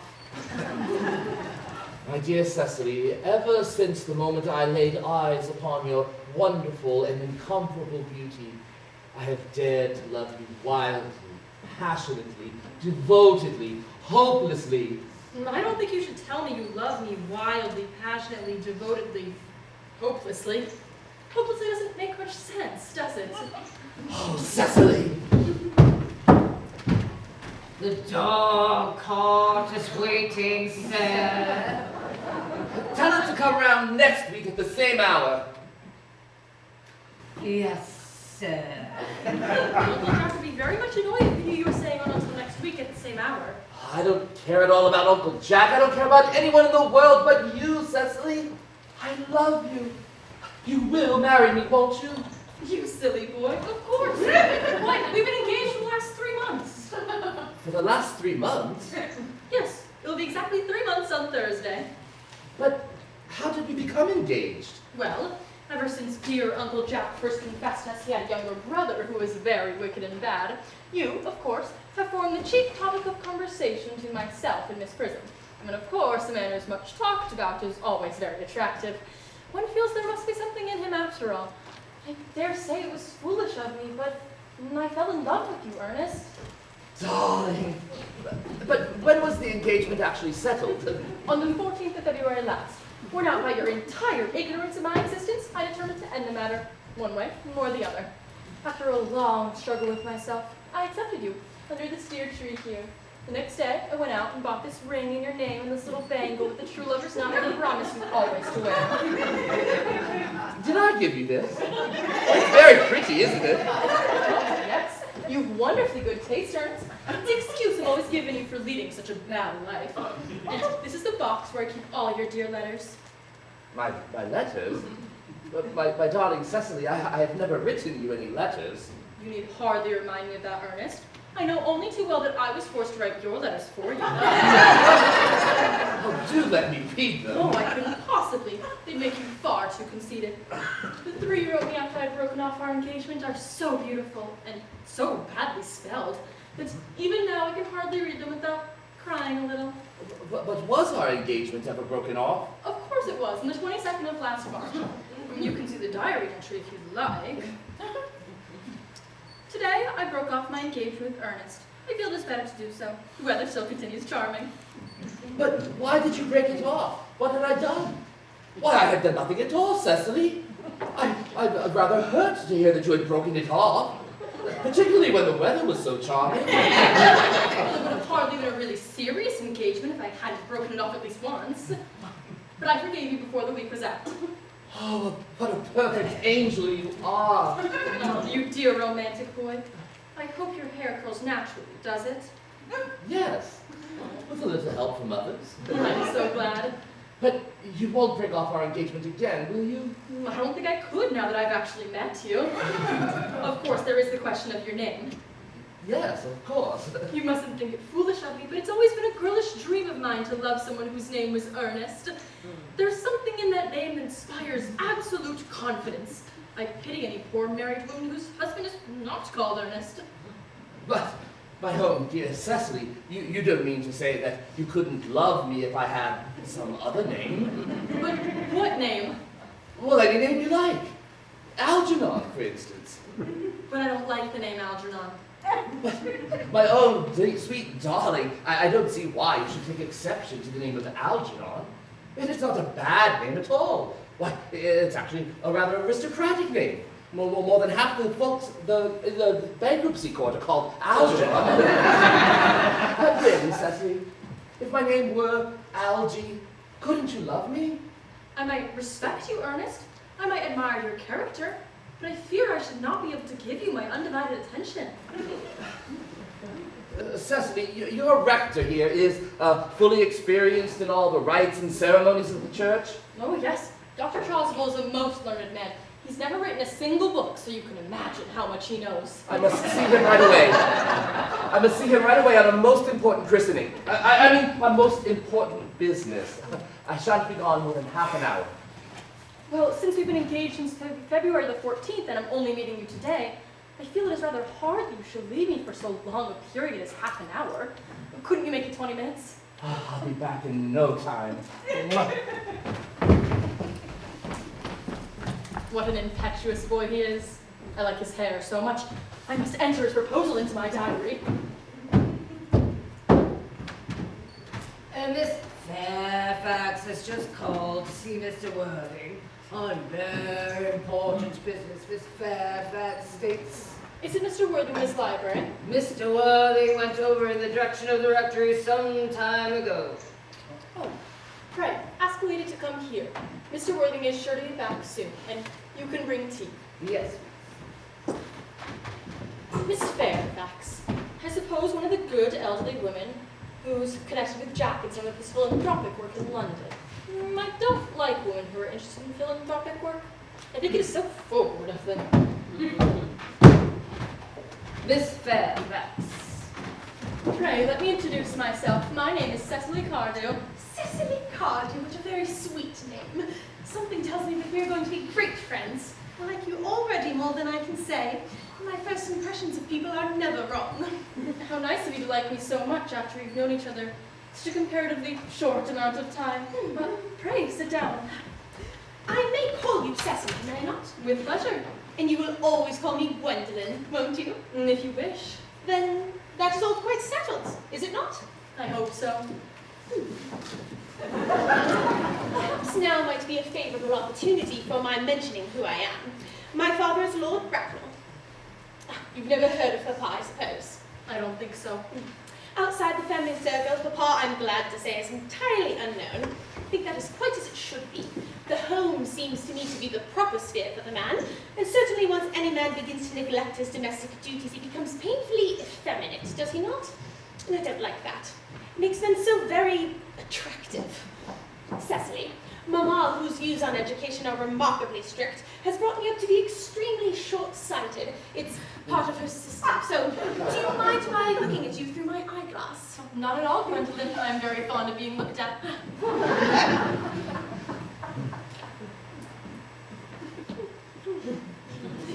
You are here on a short visit, I suppose? Oh, no, I live here. Really? Your mother, no doubt, or another female relative of advanced years resides here also? Oh, no, I have no mother, nor in fact any relations. Indeed. My guardian, with the help of Miss Prism, has the arduous task of looking after me. Your guardian? Yes, I am Mr. Worthing's ward. Oh, 'tis strange. Mr. Worthing never mentioned to me that he had a ward. How very secretive of him. He grows more interesting hourly. I'm not sure, however, that the news inspires me with feelings of unmixed delight. I am very fond of you, Cecily. I've liked you ever since I met you. But I feel bound to state that now that I know that you are Mr. Worthing's ward, I cannot help expressing a certain wish that you were, well, just a little older than you seem to be. Not quite so very alluring in appearance. In fact, if I may speak candidly... Oh, pray do, Gwendolyn. I think whenever anyone has anything unpleasant to say, one should always speak quite candidly. Well, to speak with perfect candor, Cecily, I wish that you were fully 42 and more than usually plain for your age. Ernest has a strong, upright nature. He's the very soul of truth and honor. Disloyalty would be as impossible for him as deception. But even men of the noblest possible moral character are extremely susceptible to the influence of the physical charms of others. Modern, no less than ancient history supplies us with many most painful examples of what I refer to. If that were not so, indeed, history would be quite unreadable. I beg your pardon, Gwendolyn. Did you say Ernest? Yes. But it is not Mr. Ernest Worthing who is my guardian. It is his brother, his elder brother. Ernest never mentioned to me that he had a brother. I'm sorry to say they've not been on good terms for a very long time. That accounts for it. Now that I think of it, I've never heard any man mention his brother. The subject seems distasteful to most men. Oh, Cecily, you've lifted a load from my mind. I was growing almost anxious. It would have been terrible if any cloud had come across a friendship like ours, would it not? Of course, you are quite sure that it is not Mr. Ernest Worthing who is your guardian. Quite sure. In fact, I'm going to be his. I beg your pardon? There is no reason why I should make it a secret of it to you, dear Gwendolyn. Our little county newspaper is sure to chronicle the fact next week. Mr. Ernest Worthing and I are engaged to be married. My darling Cecily, I'm afraid there must be some slight error. Mr. Ernest Worthing is engaged to me. The announcement will appear in the Morning Post on Saturday at the latest. Oh, dear Gwendolyn, you must be under some misconception. Ernest proposed to me exactly 10 minutes ago. Certainly is very curious, for he asked me to be his wife yesterday afternoon at 5:30. If you care to verify the incident, pray do so. I never travel anywhere without my diary. One should always have something sensational to read in the train. I'm so sorry, my dear Cecily, if it is any disappointment to you, but it appears that I have the prior claim. It would distress me more than I can tell you, dear Gwendolyn, if it caused you any mental or physical anguish. But I feel bound to point out that since Ernest proposed to you, he clearly changed his mind. If the poor fellow has been entrapped into any foolish promise, I shall consider it my duty to rescue him at once, and with a firm hand. Whatever unfortunate entanglement my dear boy may have gotten into, I will never reproach him with it after we are married. Do you allude to me, Miss Cardew, as an entanglement? You are presumptuous. On an occasion of this kind, it becomes more than a moral duty to speak one's mind. It becomes a pleasure. Do you suggest, Miss Fairfax, I entrap Ernest into an engagement? How dare you? This is no time for wearing the shallow mask of manners. When I see a spade, I call it a spade. I'm glad to say that I've never seen a garden spade. 'Tis obvious that our social spheres have been widely different. Shall I lay tea here as usual, miss? Yes, as usual.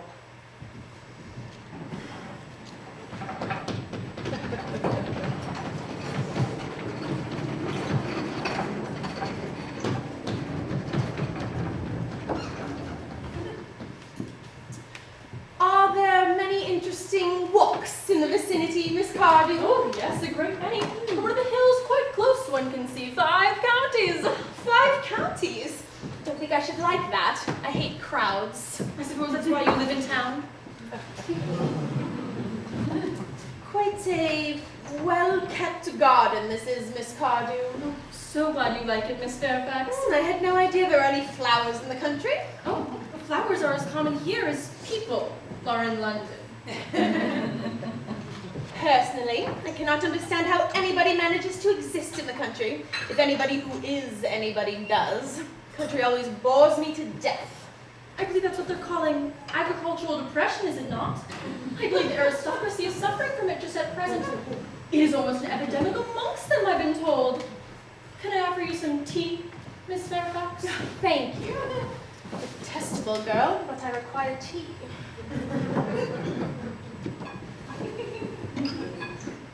Sugar? No, thank you. Sugar is not fashionable anymore.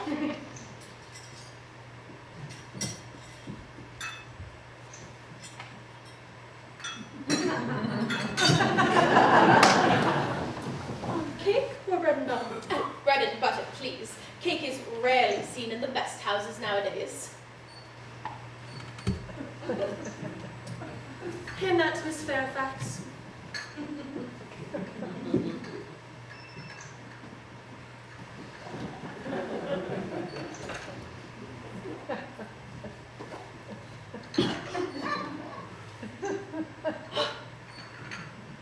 You have filled my tea with lumps of sugar. And though I asked most distinctly for bread and butter, you have given me cake.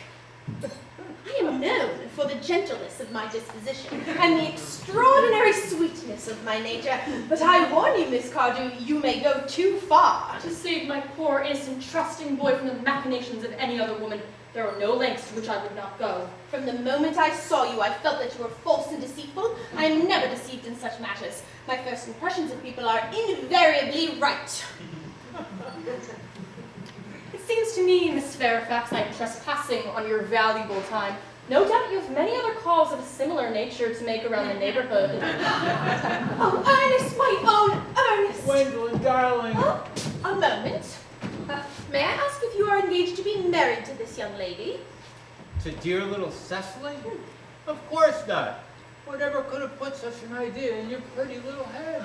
Thank you. You may. I knew there must be some misunderstanding, Miss Fairfax. The gentleman whose arm is at present around your waist is my guardian, Mr. John Worthing. I beg your pardon? This is Uncle Jack. Jack? Oh! This is Ernest. Oh, my old love. A moment. Could you tell me, are you engaged to be married to this young lady? To what young lady? Good heavens, Gwendolyn! Yes, to good heavens, Gwendolyn. I mean, yes, to Gwendolyn. Of course not. What could have put an idea into your pretty little head? Thank you. You may.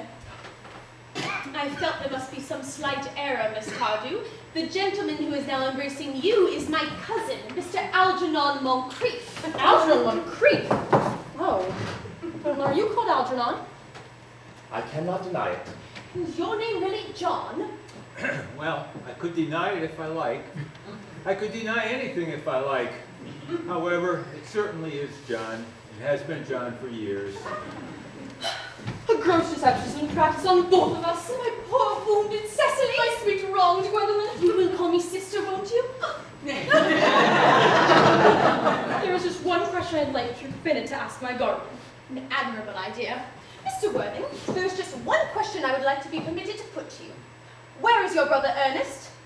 We are both engaged to be married to your brother Ernest, so it is a matter of some importance to us to know where your brother Ernest is at present. Gwendolyn, Cecily, it is very painful for me to be forced to speak the truth.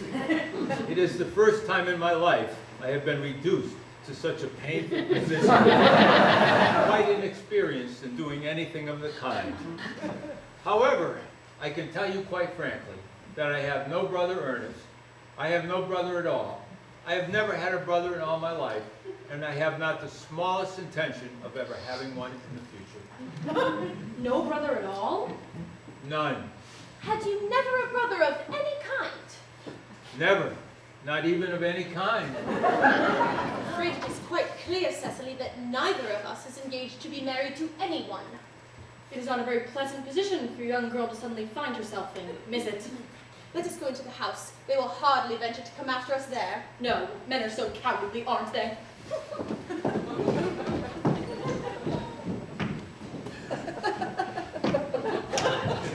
This ghastly state of things is what you call bumburying, I suppose. Yes! And a perfectly wonderful bumpity it is! The most wonderful bumpity I've ever had in my life! You've no right whatsoever to bunbury here. Oh, one has a right to bumpity wherever one chooses. Every serious bumpityist knows that. Serious bumpiest? Good heavens. Well, one must be serious about something. What on earth I happen to be serious about bumpitying. What on earth you are serious about, I haven't got the slightest idea. About everything, I should fancy. You've got such an absolutely trivial nature. The only small satisfaction I get out of this whole wretched business is that your friend Bunbury is quite exploded.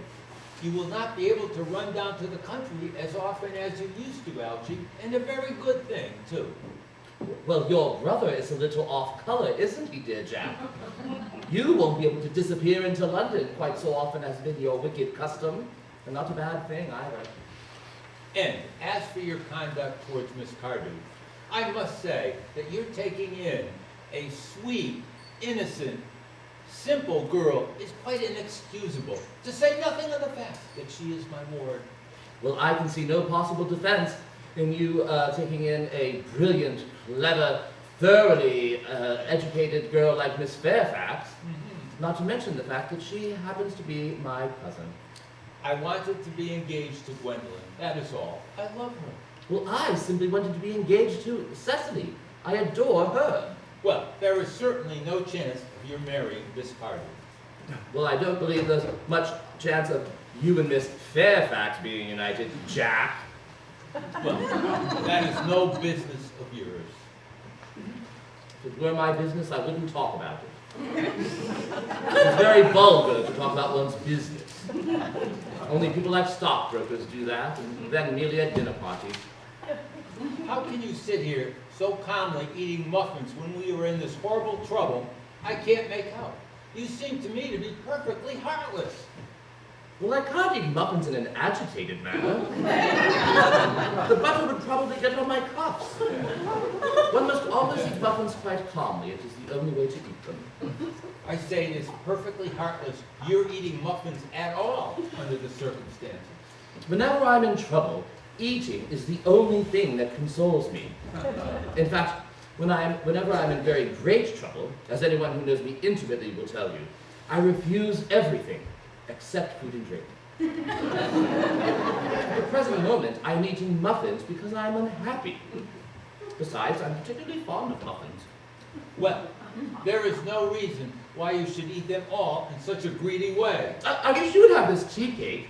I don't like tea cake. Well, for goodness sakes, I suppose a man may eat his own muffins in his own garden.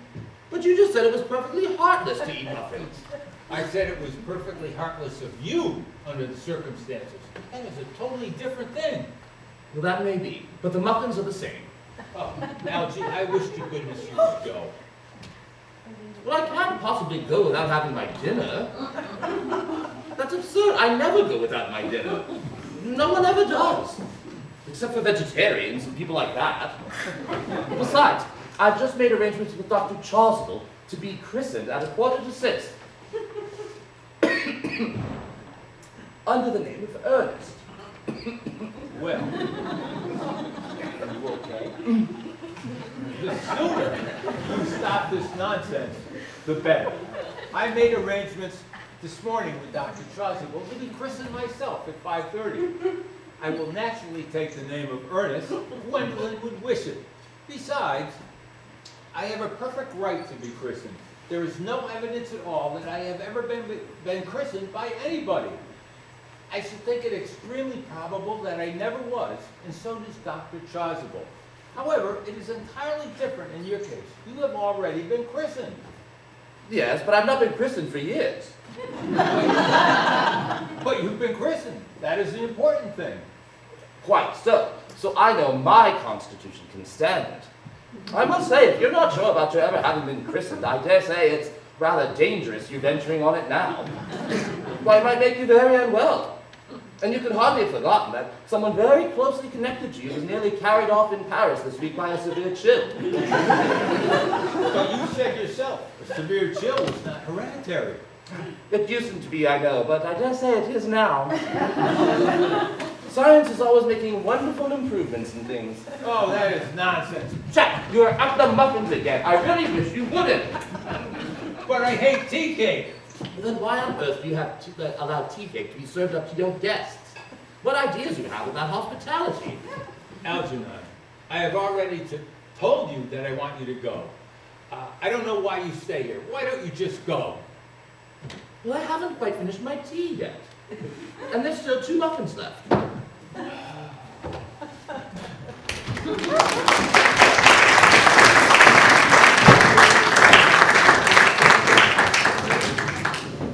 I'm half crazy over the love of you.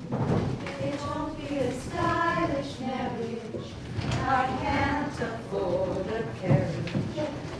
You'll look sweet on the seat of a bicycle. Daisy, Daisy, give me your answer too. I'm half crazy over the love of you. It won't be a stylish marriage. I can't afford a carriage, but you'll look sweet on the seat of a bicycle built for 2. Daisy, Daisy, give me your answer too. I'm half crazy for the love of you. It won't be a stylish marriage. I can't afford a carriage, but you'll look sweet on the seat of a bicycle built for 2. Daisy, Daisy, give me your answer too. I'm half crazy over the love of you. It won't be a stylish marriage. I can't afford a carriage, but you'll look sweet upon the seat of a bicycle built for 2.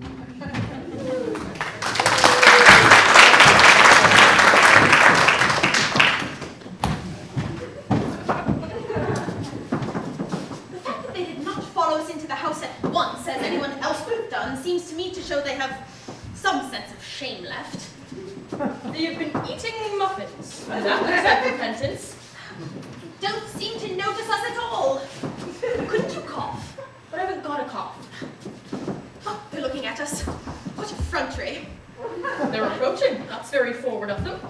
Let us preserve a dignified silence. Certainly, it's the only thing to do now.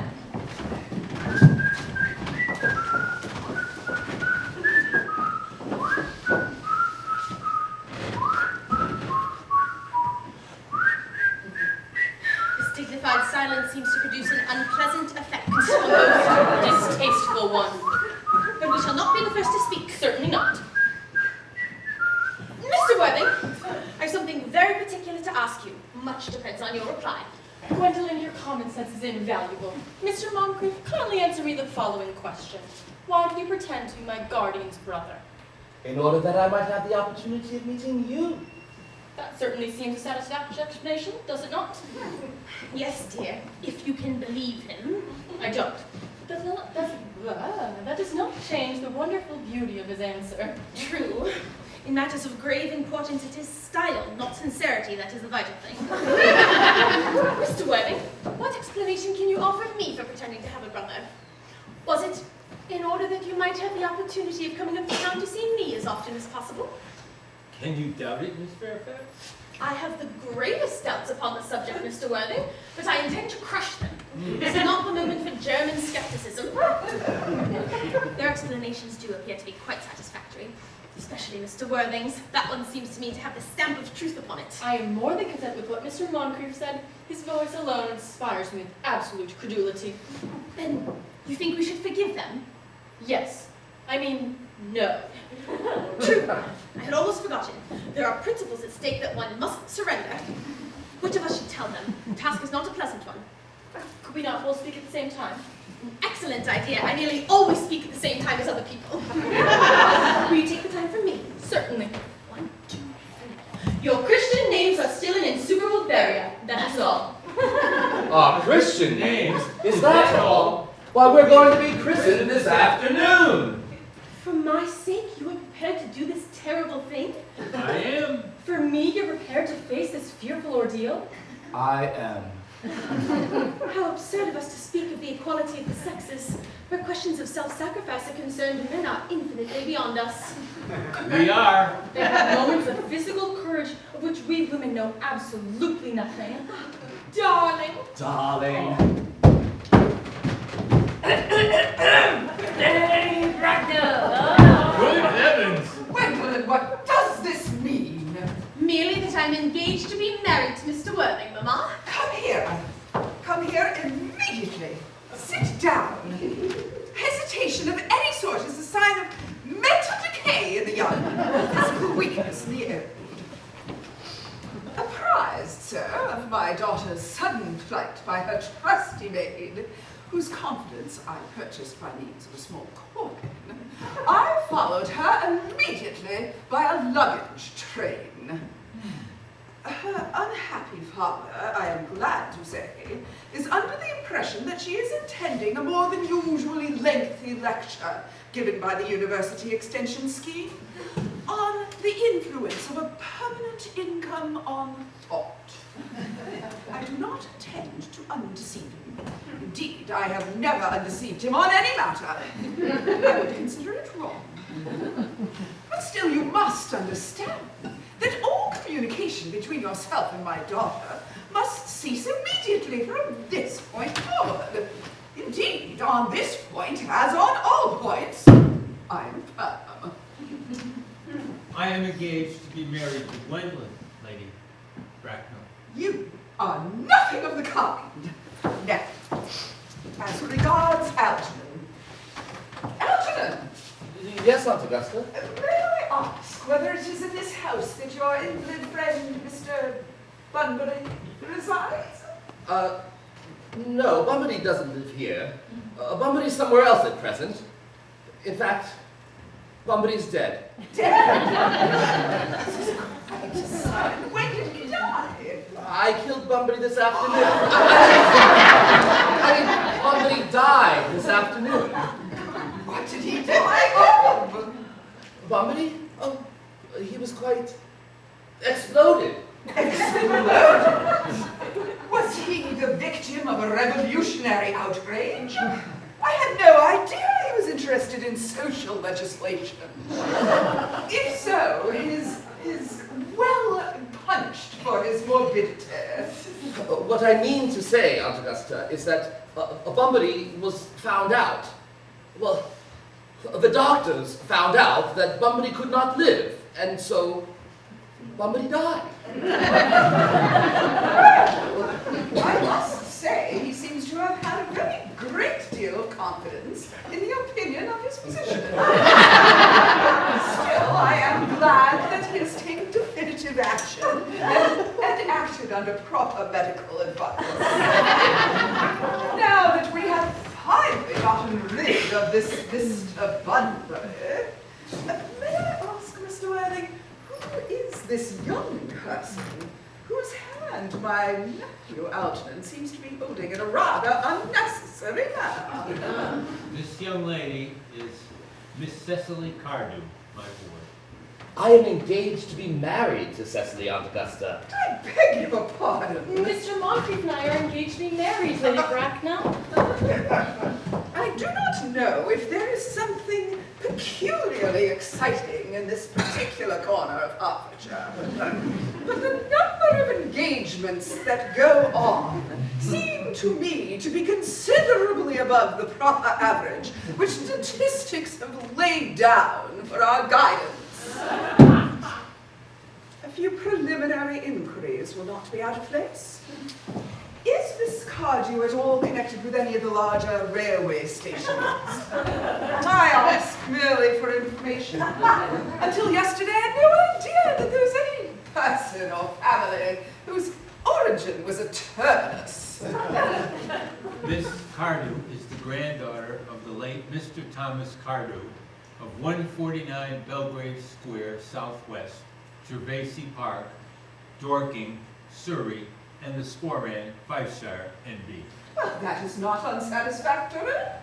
3 addresses always give one confidence, even in tradespeople. However, what proof am I given of their authenticity?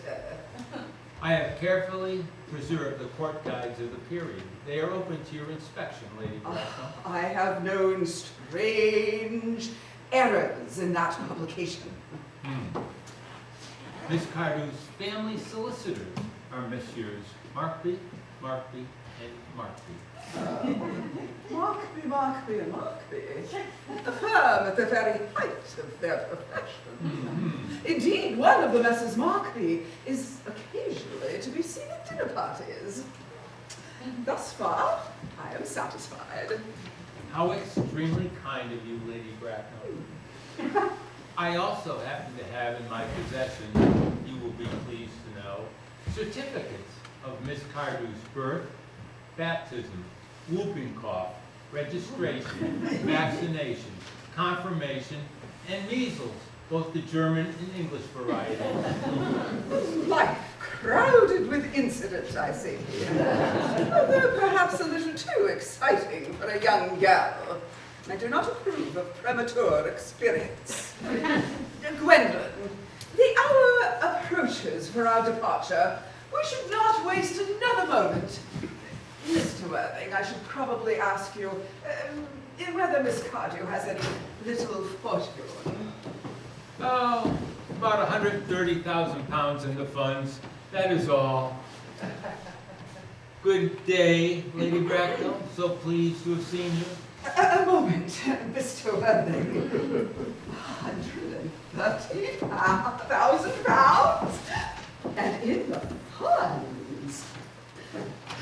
Miss Cardew seems quite an attractive young lady. Now I look on her. So few girls nowadays have any real solid qualities. The sort that last and improve with time. We live, I am sorry to say, in an age of surfaces. Come here, child.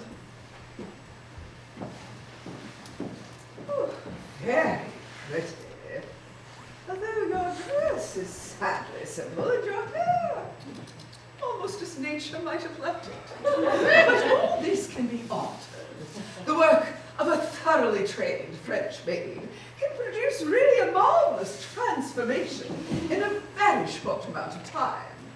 I myself recommended such a one to Lady Lansing, and after a mere 3 months, her own husband didn't know her. And after 6 months, nobody knew her. Kindly turn around. No, the side view is what I want. Oh, yes, just as I expected. There are social possibilities in your profile. The 2 weaknesses of our age are its want of principle and its want of profile. The chin, a little higher here. Oh, yes. style depends very much on the way the chin is worn. It is worn very high nowadays. Algernon, Yes, Aunt Augusta. there are distinct social possibilities in Miss Cardew's profile. Cecily is the sweetest, prettiest, most charming girl I have ever met. And I don't give tuppence about social possibilities. Don't speak slightingly of society, Algernon. Only people who can't get into it do that. Well, my dear, I hope you know that Algernon has only his debts to support him. But I don't believe in mercenary marriages. Indeed, when I married Lord Bracknell, I had no fortune whatsoever, and I never dreamed of allowing that to stand in my way. I suppose I must give my consent. Thank you, Aunt Augusta. Cecily, you may kiss me. Thank you, Lady Bracknell. Oh, you may call me Aunt Augusta for the future. Thank you, Aunt Augusta. This marriage had better take place quite soon, I think. Thank you, Aunt Augusta. Thank you, Aunt Augusta. I do not approve of long engagements. They give people too much time to discover each other's characters before marriage. That, I think, is never advisable. I beg your pardon for interrupting you, Lady Bracknell, but I think it's only fair to know that this engagement is quite out of the question. I am Miss Cardew's guardian, and she cannot marry without my consent until she comes of age. And that consent I absolutely decline to give. Upon what grounds, may I ask? Algernon is an excessively, one might even say, ostentatiously eligible young man. He has nothing and he looks everything. What more could you possibly desire? It pains me to have to speak frankly to you, Lady Bracknell, about your nephew, but I do not approve of his moral character. I suspect him of being untruthful. Untruthful? My nephew Algernon? Impossible. He is an Oxonian. I fear there can be no possible doubt about the matter. During my temporary absence this afternoon in London, on an important question of romance, he gained admissions to my house by the means of the false pretense of being my brother. Under an assumed name, he drank, I have just been informed by my butler, an entire pint bottle of my Perrier Jouet Brut 89, wine I was specially reserving for myself. Continuing this disgraceful deception, he succeeded in the course of the afternoon of alienating the affections of my ward. Subsequently, he stayed to tea and devoured every single muffin. And what makes his conduct all the more heartless is that he was perfectly aware from the first that I have no brother, I have not had a brother at all, and I do not intend to have one of any kind. I distinctly told him so yesterday afternoon. Mr. Worthing, upon careful consideration, I have decided entirely to overlook my nephew's behavior to you. How very generous of you, Lady Bracknell. My own decision, however, is unalterable. I decline to give my consent. Come here, sweet child. How old are you?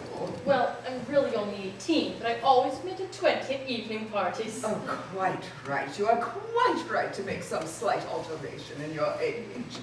No woman should ever be fully frank about how old she is, so calculating. 18, but admitting to 20 at dinner parties. Well, you are almost of age and will soon be free from the restraints of tutelage. So I really don't see that your guardian's consent is of any importance whatsoever. Pray excuse me, Lady Bracknell, for interrupting you again. But it is only fair to tell you that Under the terms of her grandfather's will, Miss Cardew does not become legally of age until she is 35. I see no grave objection to the age you mentioned. 35 is a very attractive age. London society is full of women of the highest class who, of their own free choice, have remained 35 for years. Lady Dumbleton is a case in point. I know for a fact that she has been 35 ever since attaining the age of 40, which is this many years ago now. No, I see no reason why our dear Cecily will not be even more attractive at the age you mention. There will be a large accumulation of property. Algy, could you wait for me till I was 35? Of course I could. You know I could. Yes, I felt instinctively, but I couldn't wait all that time. I hate waiting even 5 minutes for anybody. I am not punctual myself, I know, but I require punctuality in others. And waiting until I was 35 is completely out of the question. What is to be done, Cecily? I don't know, Mr. Moncrief. Mr. Worthing, as Miss Cardew has stated rather emphatically that she cannot wait until she is 35, a statement which it seems to me betrays a somewhat impatient nature. I must beg of you to reconsider your decision. My dear Lady Bracknell, the matter is entirely in your own hands. The moment you consent to my marriage to Gwendolyn, I will gladly allow your nephew to form an alliance with my ward. You must know that what you propose is absolutely impossible. Then a passionate celibacy is all that any of us can look for. That is not at all the destiny that I intend for Gwendolyn. Algernon, of course, can make up his own mind. Come, dear, we have already missed 5 or perhaps 6 trains. To miss any more would expose us to comment on the platform. Dr. Chasuble. Everything is quite ready for the christenings. The christenings, sir? Is not this somewhat premature? But these 2 gentlemen have expressed a desire for immediate baptism. At their age, the idea is grotesque and irreligious. Algernon, I forbid you to be christened. I will not hear of such excesses.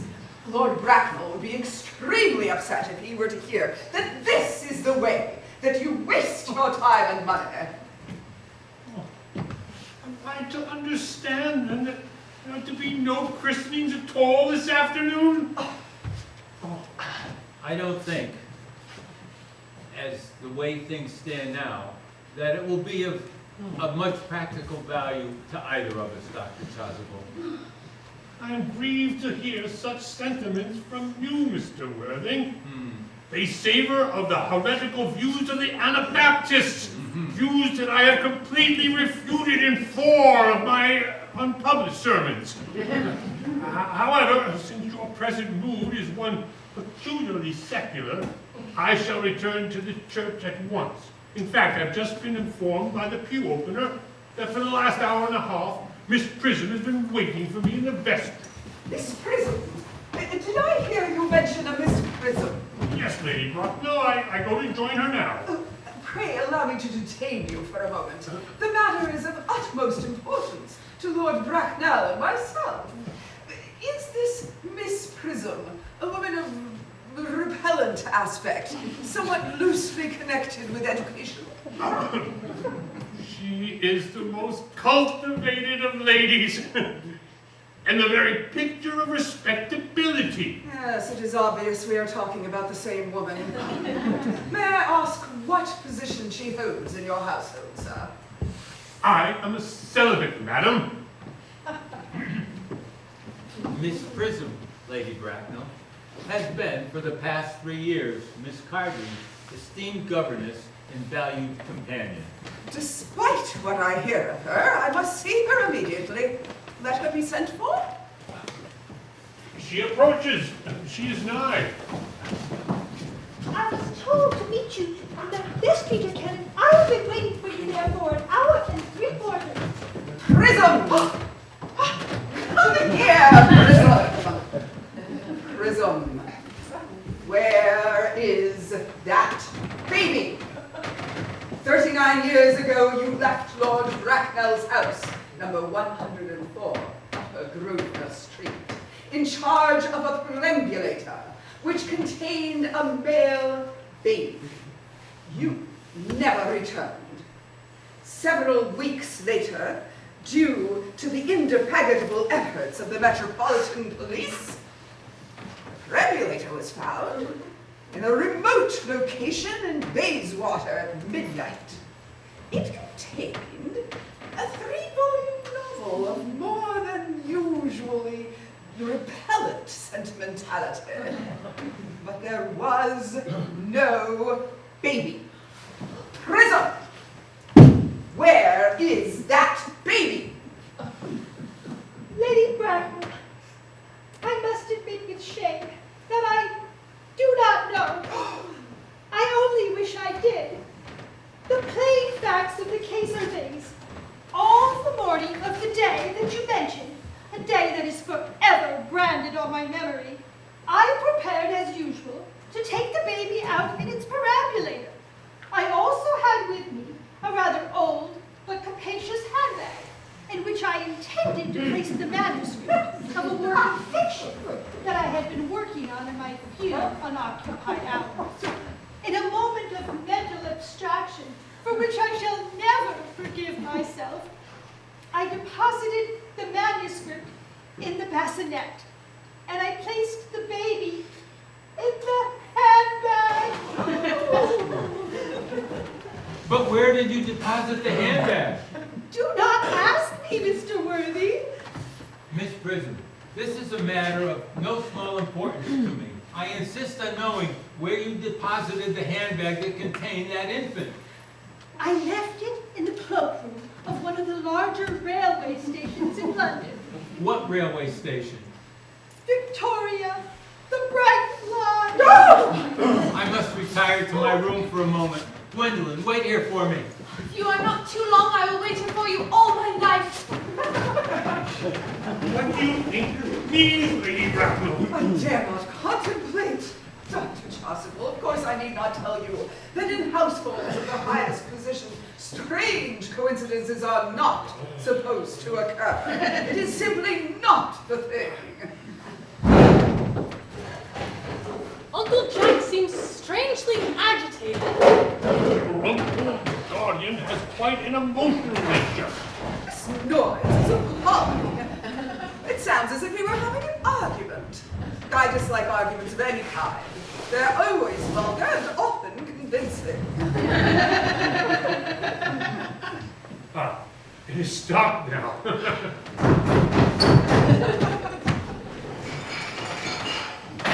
I wish he would draw to some conclusion.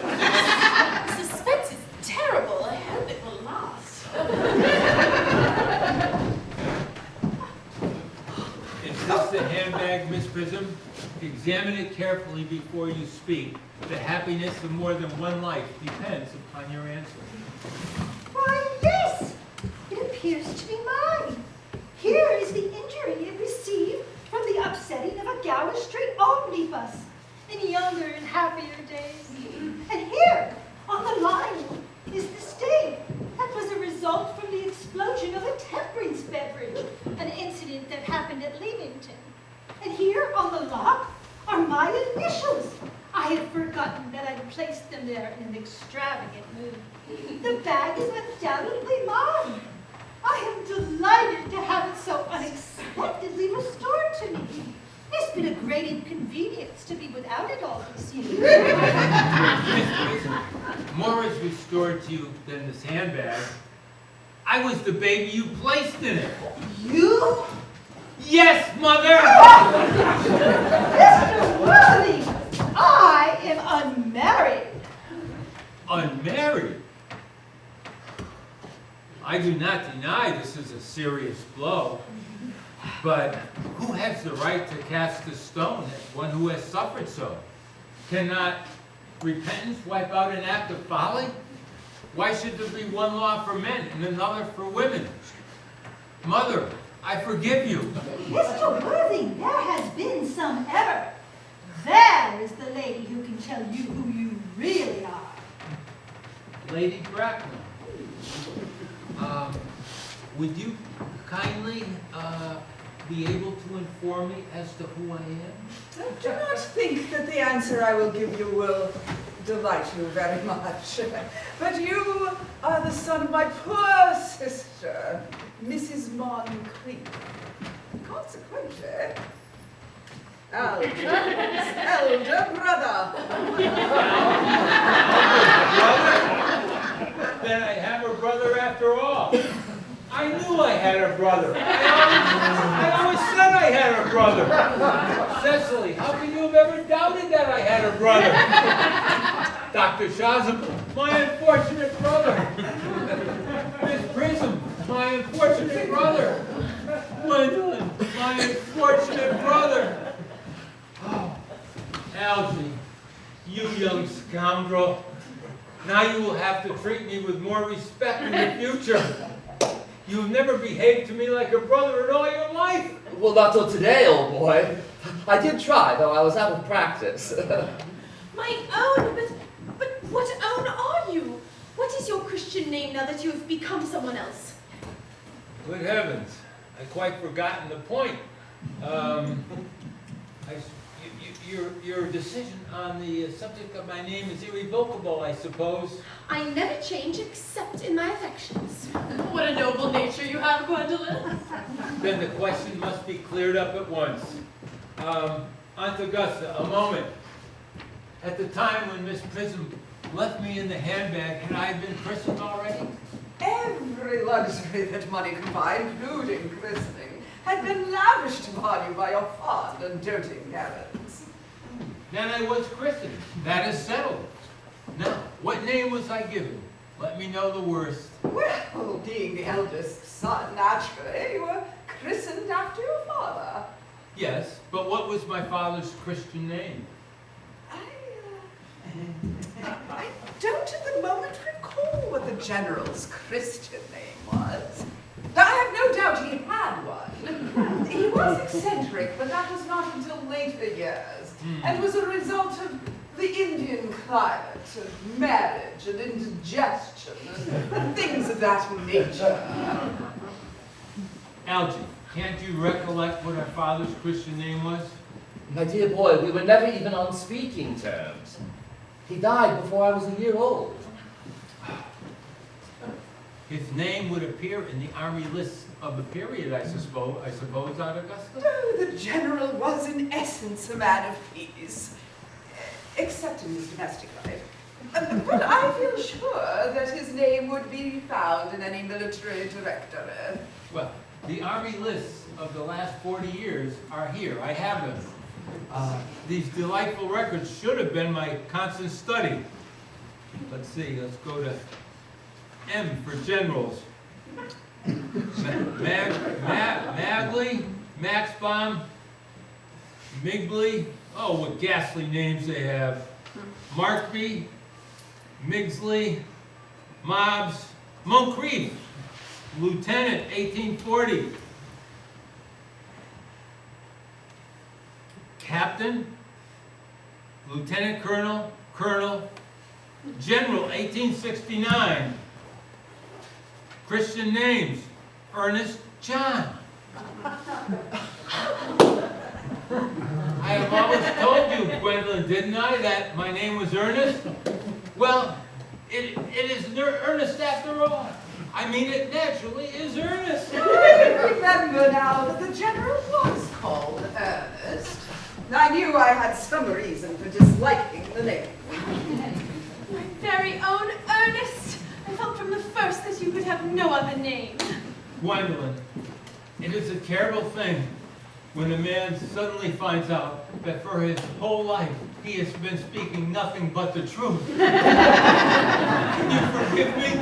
I can, for I feel that you are sure to change. My Letitia! Frederick at last! Cecily at last. Gwendolyn, at last. My nephew, you are beginning to show signs of triviality. On the contrary, Aunt Augusta, I've now realized for the first time in my life the vital importance of being earnest.